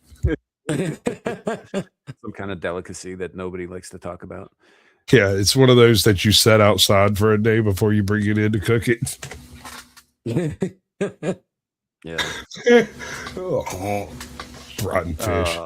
Raging Tomato That's says you have to fantastic. admit there are genders to be able to identify as a different one. That's yeah, you do. Although I would go so far as to say that there are no genders. There is only sex, and gender is made up bullshit. Yeah. So, but yeah, this was something else that came up here recently. Is that they're talking about legislation now? I don't know how serious this is. I think it's probably just being passed around the halls of Congress at the moment. But they are talking about minting a new quarter with Charlie Kirk's face on it, or maybe not a quarter. I don't know. Is this some kind of pocket change? Not that matters anymore, because nobody can fucking use pocket change anywhere. It's all Yeah. like you need 15 quarters to fucking get a candy bar from a vending machine now. So It takes 8 to get air. right. So who the hell is using these things as it is? And there were a bunch of people flipping out about it. It's not a president, not a president. Okay, well, how do you explain Benjamin Franklin on a $100 bill? Okay, founding father. Well, he's not a founding father. I was like, all Not right, really, well, sort of. Sacagawea wasn't a founding father. She got a dollar coin. That's true. And if I Fair enough. remember right, I think also that Harriet Tubman and Rosa Parks both had commemorative coins at some point. Commemorative. So they're yes. presumably limited Which editions. is what this right? would be. This would be commemorative. Sure, but I think this is going to be a quarter. I bet they're going to go to 50-cent piece. We just dropped the penny. 50-cent piece is the next. You do 50-cent pieces instead of quarters. Sure. I could see that.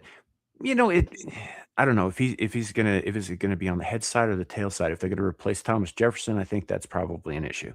But if they put it on the tail side, they've been putting weird shit on quarters for the last 25 years, man. I just thought of something horrid. And I can't say it. I'll say it after the show.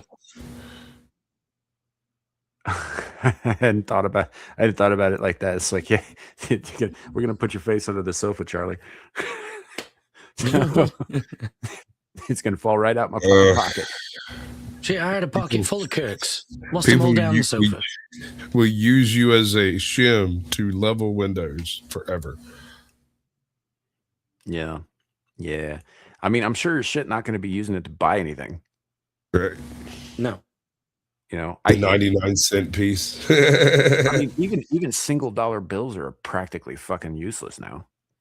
I mean, I keep cash, but I don't generally use cash. I know that sounds kind of weird, but I'll keep like $100 in my wallet just in case anything else goes wrong. That's not a bad idea, man. I keep cash as well. In fact, I prefer to use $50 cash to where I move can. a fucking mountain in the right circumstances.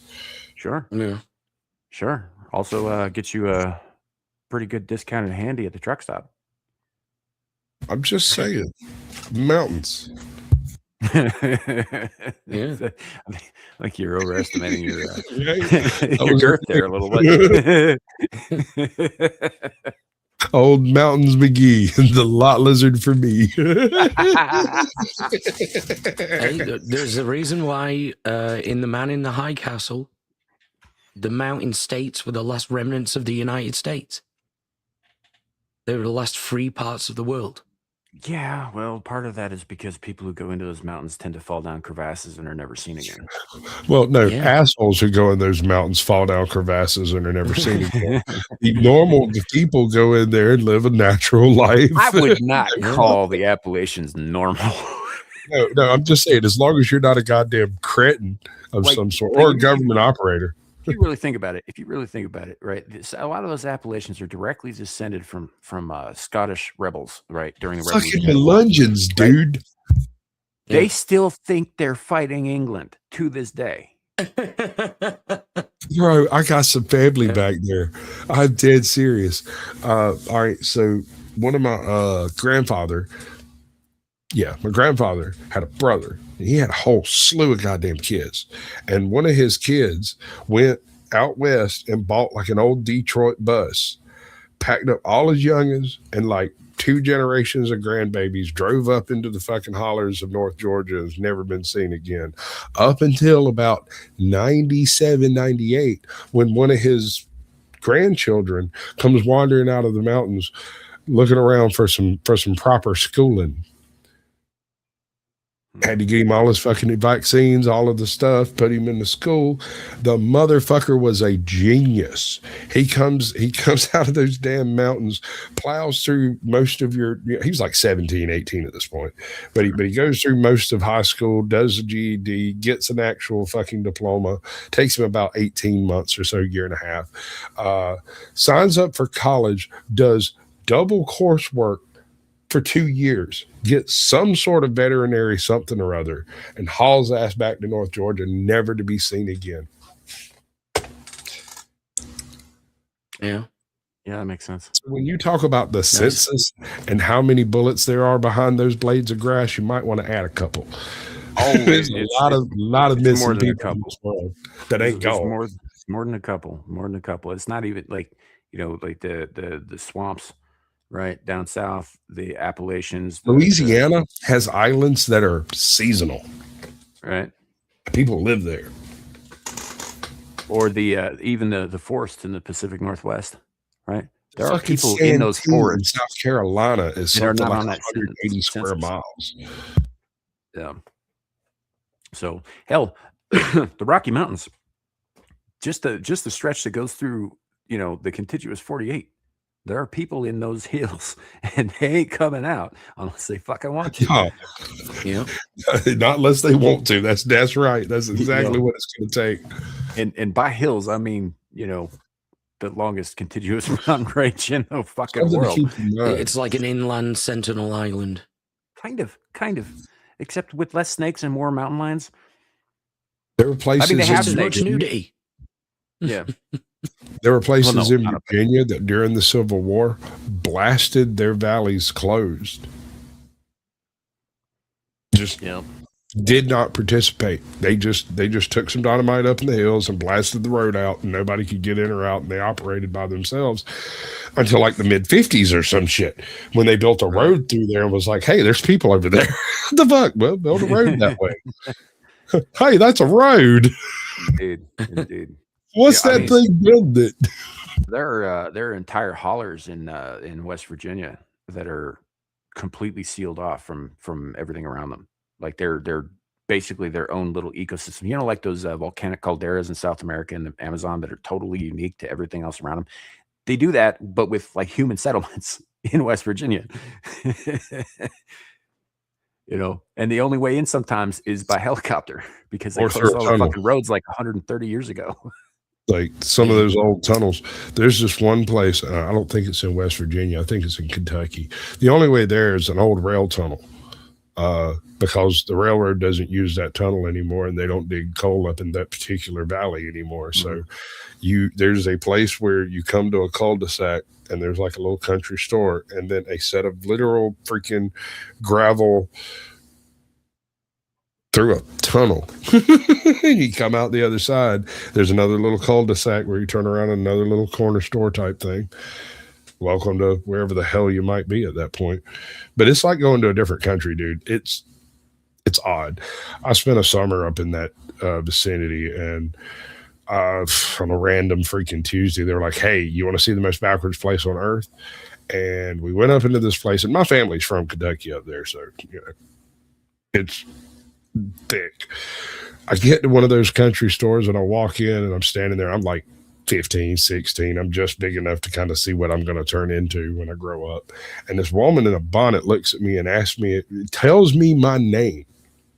Is your name such and such? Well, yes, ma'am, it is. It damn well ought to be, because you look just like him. And turned and wandered off, and I looked over at my pops, and my pops looked at me. He's like, that's your great Aunt Betsy. And I was like, I need to get out of here. There's not a chick anywhere in these valleys I can have sex with safely. We got to go.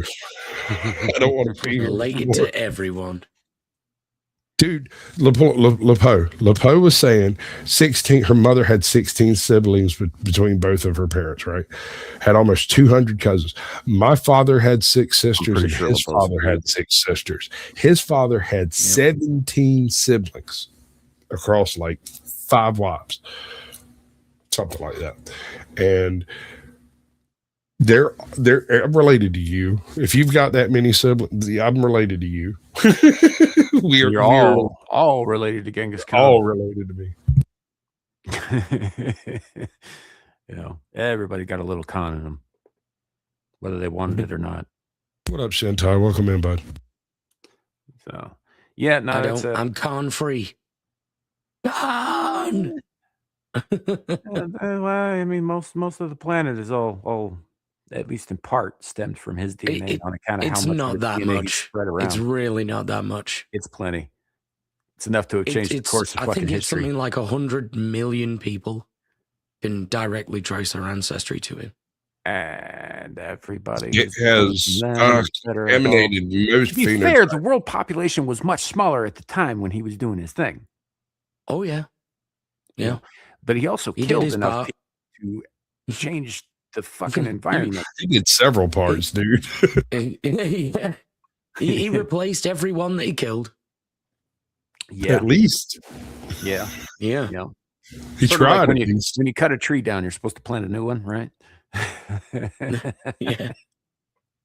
So I don't know, but it is a fun thing to think about too, though, because if the Christians are right, and if Adam and Eve really were the be all end all of the beginning of human civilization, I mean, number one, Adam was basically fucking himself because she was made from his rib, ergo had the same exact DNA, and that's masturbation. Yeah, well, I mean, it's fine, dude. Shut up. It's like fucking your clone. Is that masturbation or is it incest? Yes. Absolutely. Yes, to all of the above. You're not wrong. And I'm not saying why.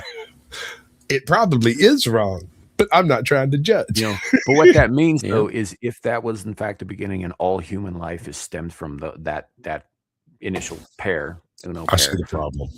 Then we're all fucking related. You're bad in bed. You don't want to have sex with yourself. I'm great in bed. I'd be awesome. Yeah, I'd much rather be bad in bed with other people. Me too. Because then the disappointment isn't mine. You understand? Imagine disappointing yourself. Oh my God. I'm disappointed myself. I'm so, oh my God, dude. Like, that's an existential problem. To be fair, I have shamed myself many times. Disappointed, not so much. That's different. Shame is a useful commodity. I have looked at myself in the mirror afterwards and been like, shame. What the fuck are you thinking? Shame. I've done that. I'm not even joking. With a bar of fucking soap in a mirror. Shame. Like, what are you doing? Well, I'm evil, so shame. And then I'd go back to doing my evil shit. Oh, so no, I don't know. I think, but yeah, there's going back to what you were saying about there every gun behind every blade of grass. There are probably a lot more than that. That's just if you go by the U.S. That's census. a good euphemism, but there's more than guns. There's things like cannons and stakes, and machetes, and a mountain of incest. There is a book called The Gray's Anatomy of Traps. Ladies and gentlemen, it is guerrilla warfare 101 from the dawn of time to modern day. Everything that's ever. I think tying that into what Abe just said, y'all remember the X-Files episode Home? Right? The one about the inbred families who were basically going out and fucking murdering people, and their entire property is like laced with extremely deadly fucking traps. Mountain of incest, whatever. They're still going to kill you. There's plenty of them, and they know how to do it. Yeah, they've been doing it for years. The hills have eyes. Yeah. I'm thinking of more along the lines of Descent. Bone Tomahawk. Dude, look. Homeboy, the guy that took that busload of folks up there, Homeboy was not all right in the grits when he left, right? I suspect there was some kind of a cultish type mentality going on. I was extreme. I was not even born when this happened. Right, that was like a generation ago that he just left. He's like, well, sold everything, got my wife and my kids. We're going up to North Georgia. Drive our bus up there. They grown. Yep. The Hogbins. I just remembered the worst What's up, part of Benjamin? that whole episode of the X-Files, though, is where they keep trying to knock up their quadriplegic deformed mother, and she keeps doing the stillbirth thing. Dude, Yeah. That shit was dark. That's dark. Bone Tomahawk has a scene where it's gotten down to like 1 or 2 guys left alive. Everybody's fucked up. The like home chick is trying to escape, and she runs through this room with a bunch of women who have had their eyes and tongues cut out and both arms and legs amputated at the joint. They're all pregnant. It's like a 2-second scene in that movie, and it's the only thing that explains why they're still extant. What doesn't explain it, what they are, right? They're referred to as troglodytes or something like that, but they appear to be Wendigos or something. I'm not sure. They don't talk. They whistle. Well, there's something. I think troglodyte probably applies more to the ones in the Descent because they were, I guess, de-evolved, or rather more evolved in a different direction. Yeah. Well, like that term actually comes from the Latin definition of a common chimpanzee, and troglodytes. Yes. Yeah, well, I mean, I think the term troglodyte's probably been around since before they started giving Latin names to animals, but I think they applied it to chimpanzees because it fits. Yeah, they were like, look at these stupid motherfuckers. Right? What a bunch of troglodytes.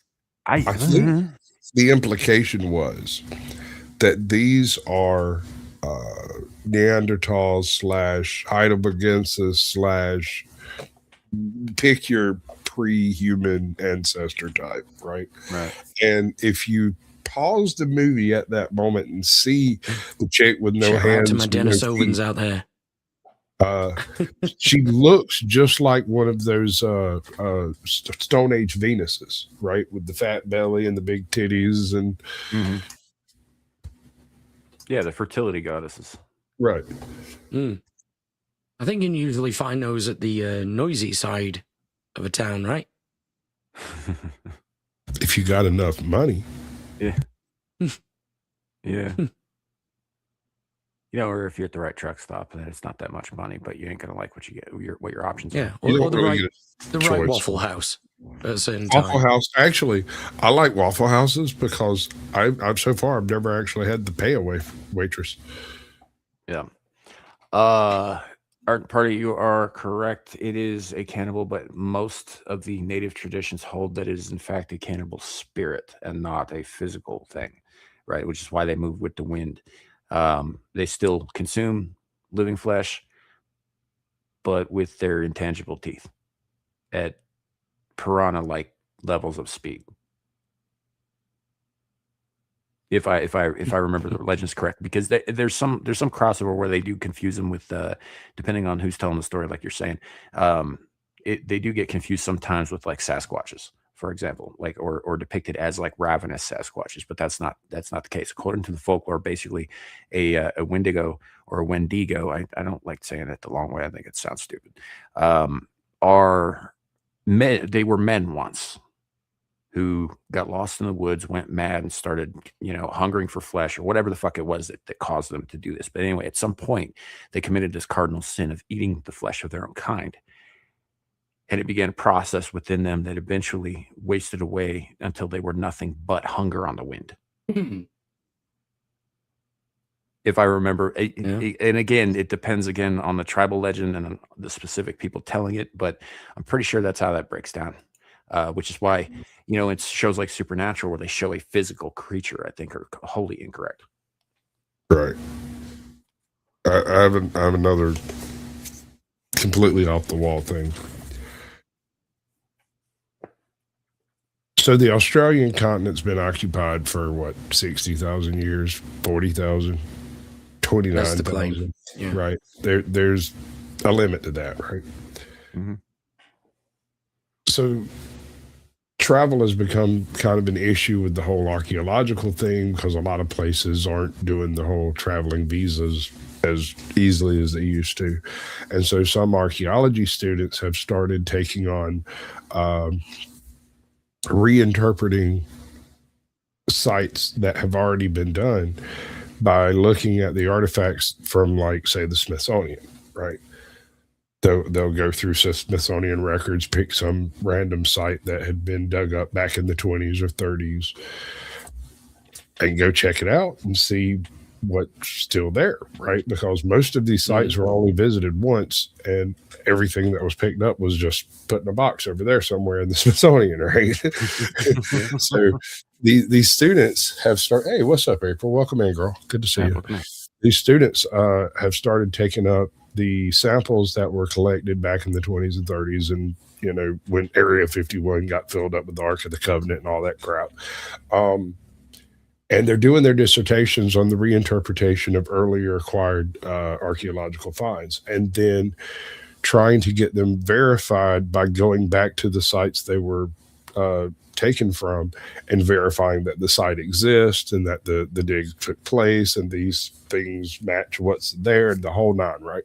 And they came across this particular box of stuff and decided to do a thesis on it. And it turned out that it was from Australia, the western side of Australia, over there by the Wallace Line.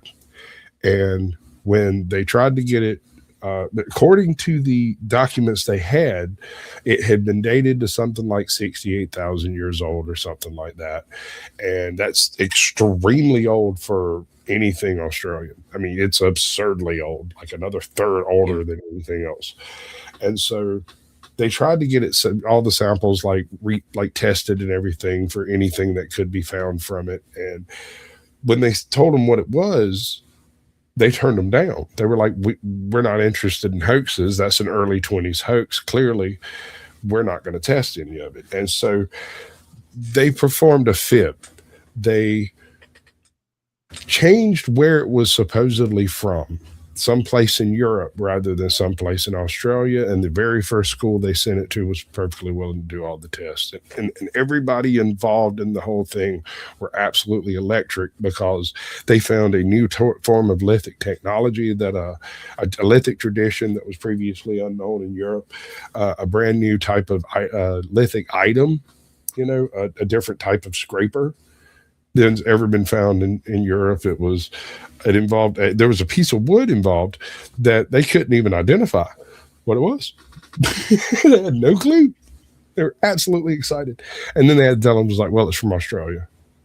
But it turns out it was like actually not 60 some odd thousand years, but like 78,000 years old, and may represent the very earliest contact of humanity of any description in Australia.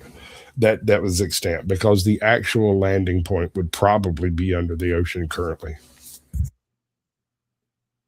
Yeah, most likely. Yeah. Well, no, the disparity Charles, the disparity comes from the fact that they were looking at Australian technology in the first place and trying to interpret it through a European lens. And it just shows how narrow-sighted they are. And it's the fact that they could identify that it wasn't normal for what they're used to looking at, but at the same time, they didn't even try to identify where it might have come from. They just declared new lithic technology in the middle of Europe instead of actually trying to figure out where this piece came from. They just trusted the paperwork, right? Well, but if they hadn't changed the paperwork, they wouldn't have done the testing. It's probably less to do with Eurocentrism and judging the works of the past by the developments of people today. Sure. So if you look at the people, the Australian Aboriginal people in the past 200-300 years, not very advanced.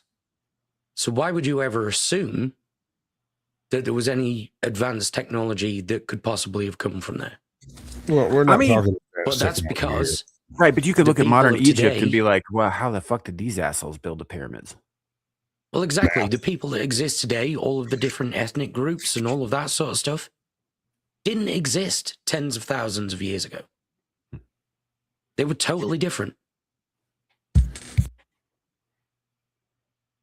So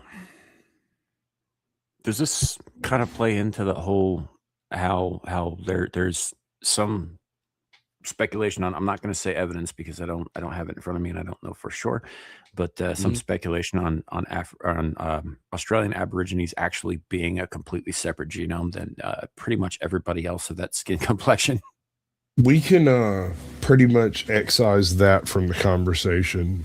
We can reproduce with them, and there's no problem with their children reproducing after the fact. No, I'm not saying that they can't reproduce with white people, but their genome is closer to whites than it is to like sub-Saharan Africans. Sure. Like the sub-Saharan African genome is completely separate from theirs. Like I mean, not saying that they can't reproduce. I'm sure they can, but that they are not, in fact, the same race. Race, absolutely not. No, that's the problem I have with races. Races are kind of a joke, and they're stupid. People who talk about race are racist. That's what it comes down to. If that's their first consideration, they haven't thought very deeply on the concept of the human genome. And I'm going to have to stop you there. The idea that, that somebody talks about dog breeds is a breedist. Yes. So when he talks about dog breeds as a breeder. Honestly, look, so years ago, I attended a talk with given by Edward James Olmos of Hollywood fame. Guy's been in tons of stuff. La Familia, Battlestar Galactica, fucking Blade Runner. Like, Stand By Me, Lean On Me, which one was it? Oh, yeah, great fucking movie. Great movie. Lean On Me, I think, because Stand By Me was the one with the body. But anyway, the leeches on the balls. Guy's kind of a legend in the acting world. Well, he was giving a talk at a local audience hall that we had, and I bought some tickets and I went to meet him there and all that stuff. And I was one of exactly 2 white people in the audience, the other one being the person who came with me with the other ticket that I had. And one of the things that he said during this talk that has resonated with me, this kind of stayed with me actually ever since then, was that he believed we should strike the word race from the language. Yes, it's not a thing. Ethnicity is what you're actually talking about. Race is nothing but another way of describing family lines. It's not tribalism, it's familyism. And racism comes down to my people being better than your people, and it has nothing to do with color or anything else like that. It has to do with like culture and family distinctions. Right. Well, he was talking about that, but he was also talking about how, like, particularly in the modern day, particularly in North America, we're basically all mixed. On some level, we're all mixed. Now, specifically, he was talking to a room full of like Latinos, and when I say Latinos, I mean Chicanos. All right. You just reminded me of something. Before we go out, I have found that Native Americans have discovered drill rap, and they're really good at it. They're really good at it. So, point is he was talking to them, and one of the things he asked, because it was almost entirely exclusively that audience, except for me and my friend who came with me, and she's Polish, so very white, and he was saying, how many of y'all are proud of your native heritage, your Indian roots? Because Chicanos, Latinos, they typically have some mix of Native American in them, usually with Spanish or some other form of European. And he was saying, how many of you are proud of that? And the whole room, explodes. Everybody's like, yeah, viva la raza. Guy over here is like, me too. Right? Yeah. And they're all just like, viva la raza. And I was just like, I didn't raise my hand because I'm not, because the Indians I'm related to are a bunch of worthless shitheads. But you win some, you lose some, right? So, but then he stops the room and he says, how many of you are proud of your European heritage? Dead silent. Dead silent. Fucking silent. And I'm sitting here and I'm raising my hand up a little bit and I'm like, please don't fucking kill me. And he looked at him and he goes, why not? You come from there too. You come from Spain. You come from France. You come from Portugal. You come from these places. These are European places. These are white places. How come you're not proud of that heritage? because those are your ancestors too. And you should, if you believe in family, you believe in honoring ancestors, you should honor all of your ancestors. All of them. Yeah. And it was a hell of a talk, dude. This was a fucking amazing experience for me personally. And also I came out alive, so I'm very happy about that. I think I may have watched As a non sequitur, I'd just like to say only a ginger can call another ginger. Thank you. Get fucked, ginger. That's not the way that You know works. what? You know what? Yeah, that is not how that works. Oh, fucking ginger! That's how that works. You have no say. Hey, I'm a day walker. Yeah, just put on some fucking sunscreen before you get moonburned, bro. Calm down. Oh, fuck that. I'm not even going outside. Ever. I'm talking about from the screen. Yeah, I'm fucking burning now. He's looking like and I'm Josh Hartnett at the end of 30 Days a Night as the sun comes up just from the computer screen. Sorry, man, I've got one of those QLED monitors as well, and the shit gets so bright. It's fucking mental. It makes vitamin D. Instant tan. I'm like, fuck. Yeah. So bright it makes vitamin D. Yeah. Arden says the ginger supremacy will hear this. I'm sure they will. I'm sure they have. Tell 'em. This is not the first time I've told gingers to fuck off, and I've made my feelings very publicly known for a very long Gingers fucking rise. time. That's all starting I'm with say. my mother, who is also a ginger. You're a day walker too. I love my mom, but she is soulless. There's that. My baby mama's long lost her soul. Never had one. Although this is gonna sound sick as hell, but it's kind of sad thinking that that much tattoo art is going to be buried one day. Yeah. I'm wondering about that. She's a freak. She's liable to donate that shit to a fucking museum somewhere. She's a weirdo, man. Listen, last time she got married on Halloween, and everybody had to wear it was a costume wedding. Think that shit through. She wasn't serious. None of that shit was serious. Speaking of not serious, I think we're gonna end the show with this little TikTok thing that I found that just made me laugh, and we're ending the show with this because it's not the sort of thing you start a show with. But it is pretty funny. It is censored YouTube, so just chill the fuck out. Calm down. Clutching the pearls right now. So yeah, we're gonna watch this little bitty mockumentary here because I think it's fucking hilarious. Garrett McKenna. He's claiming that a doctor accidentally switched his penis and nose during a surgery last month. I was put under to get my appendix removed, and when I woke up, my penis had been glued between my eyes. Garrett says the surgeon's mistake has turned his life upside down. My penis is on my face now, and my nose is sewn to my crotch, so I pee from up here, and I smell from down there. Think this is spoiled? I can't tell. Let me see. Oh, that smells fine. Garrett says he's having a hard time understanding how... No, sir. No, sir. No, sir. No, sir.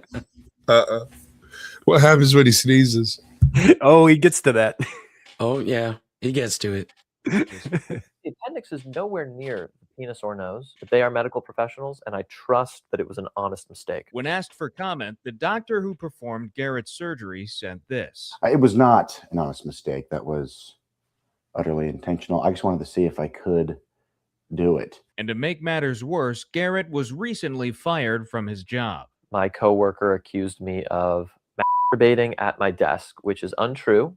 I was picking my nose. He says the silver lining throughout all of this has been his girlfriend's support. We said we'd always be there for each other through thick and thin. And this is really a testament to that promise. Yeah, when I said thick and thin, I was thinking financial problems.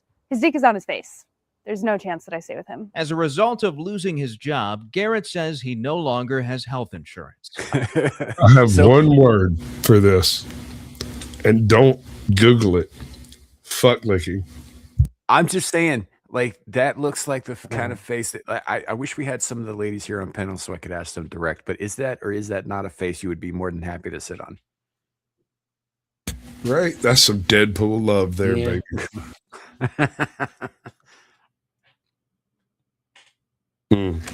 I lost my health insurance, so the reversal procedure is pretty much out of my budget. But sneezing feels amazing now, so that's one good.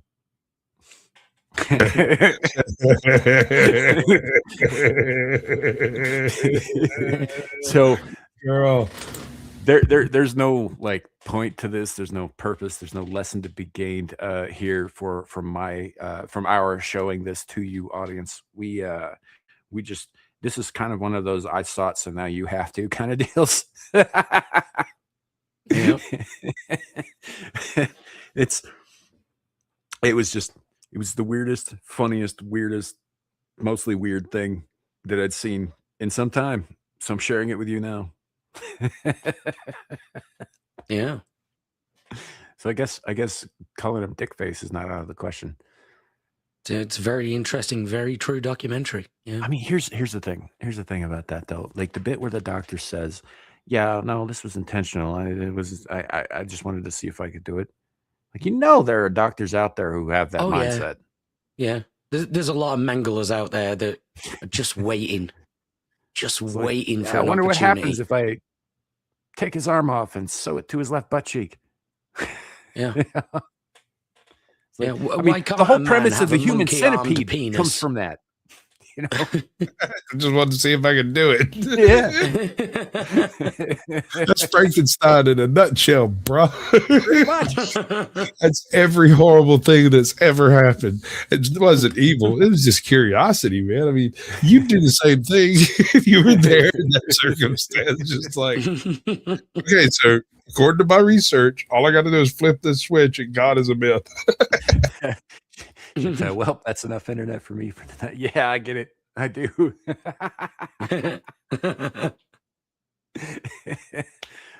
Glad to have served you, sir. I think that's a pretty good place to go out on to do end the that show on. too. Because I don't have anything else, and if I did, it would only get worse. That's what we do here. We escalate. So, anywho, thank you all for coming. I appreciate you. It's been a lot of fun. This is kind of what happens when we just sort of like riff and we have a good time with it, as opposed to having to sit there and parse out like all the horrible shit that's happening in the world. And I didn't have to see Chicklet Teeth at all. Yeah, I didn't have anything from her that didn't. She put out a couple of videos, but they were basically already covering things we've already covered. So, yeah, it was just in more terrifying detail. I don't know. I just kind of wasn't feeling it with her this week either. Yeah. So she'll be back, just not this week. That said, we appreciate all you guys. Why don't we start with Abe? What do you got? Show your shit. Let people know where they can find you on the interwebs. You can find me everywhere. Abe's gonna get you. Check out my ex. I don't want to check out your ex, dude. Not while you're watching. I know, right? It's all There's right. a whole I've got bro a chair code in the here. corner. It's fine. No eye contact. Like, you can't see me doing this. It just like Yeah. puts me off my game, bro, man. let's touch tips.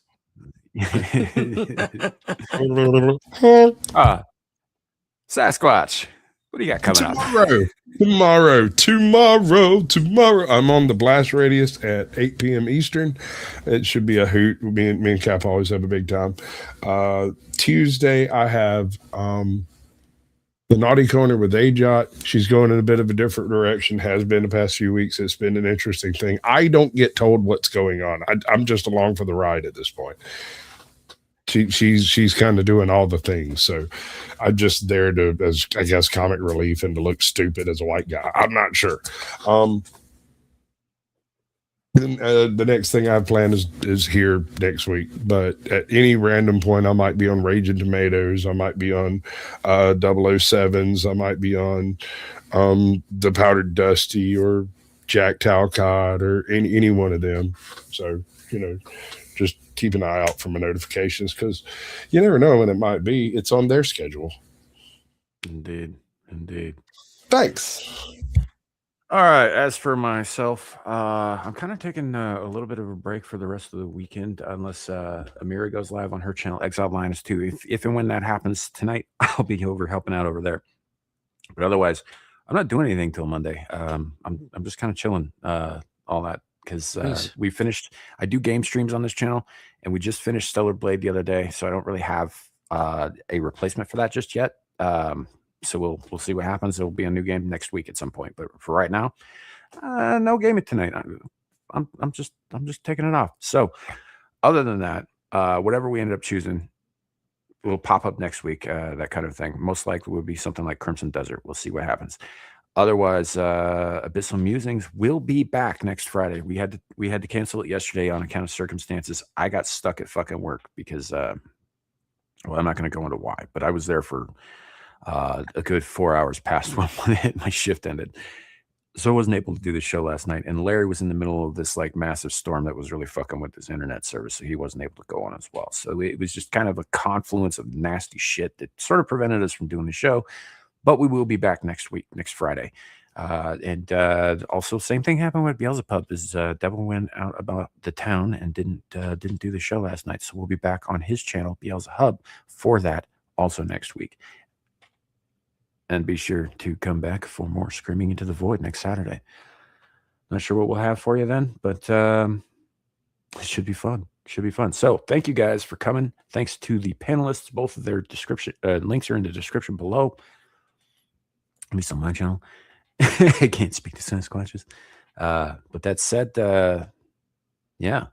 Thanks for coming, everybody. Appreciate y'all. We're gonna dip out now. Have a great night. And remember, it could always be worse. It could be raining flaming covers. Bye, everybody. Bye.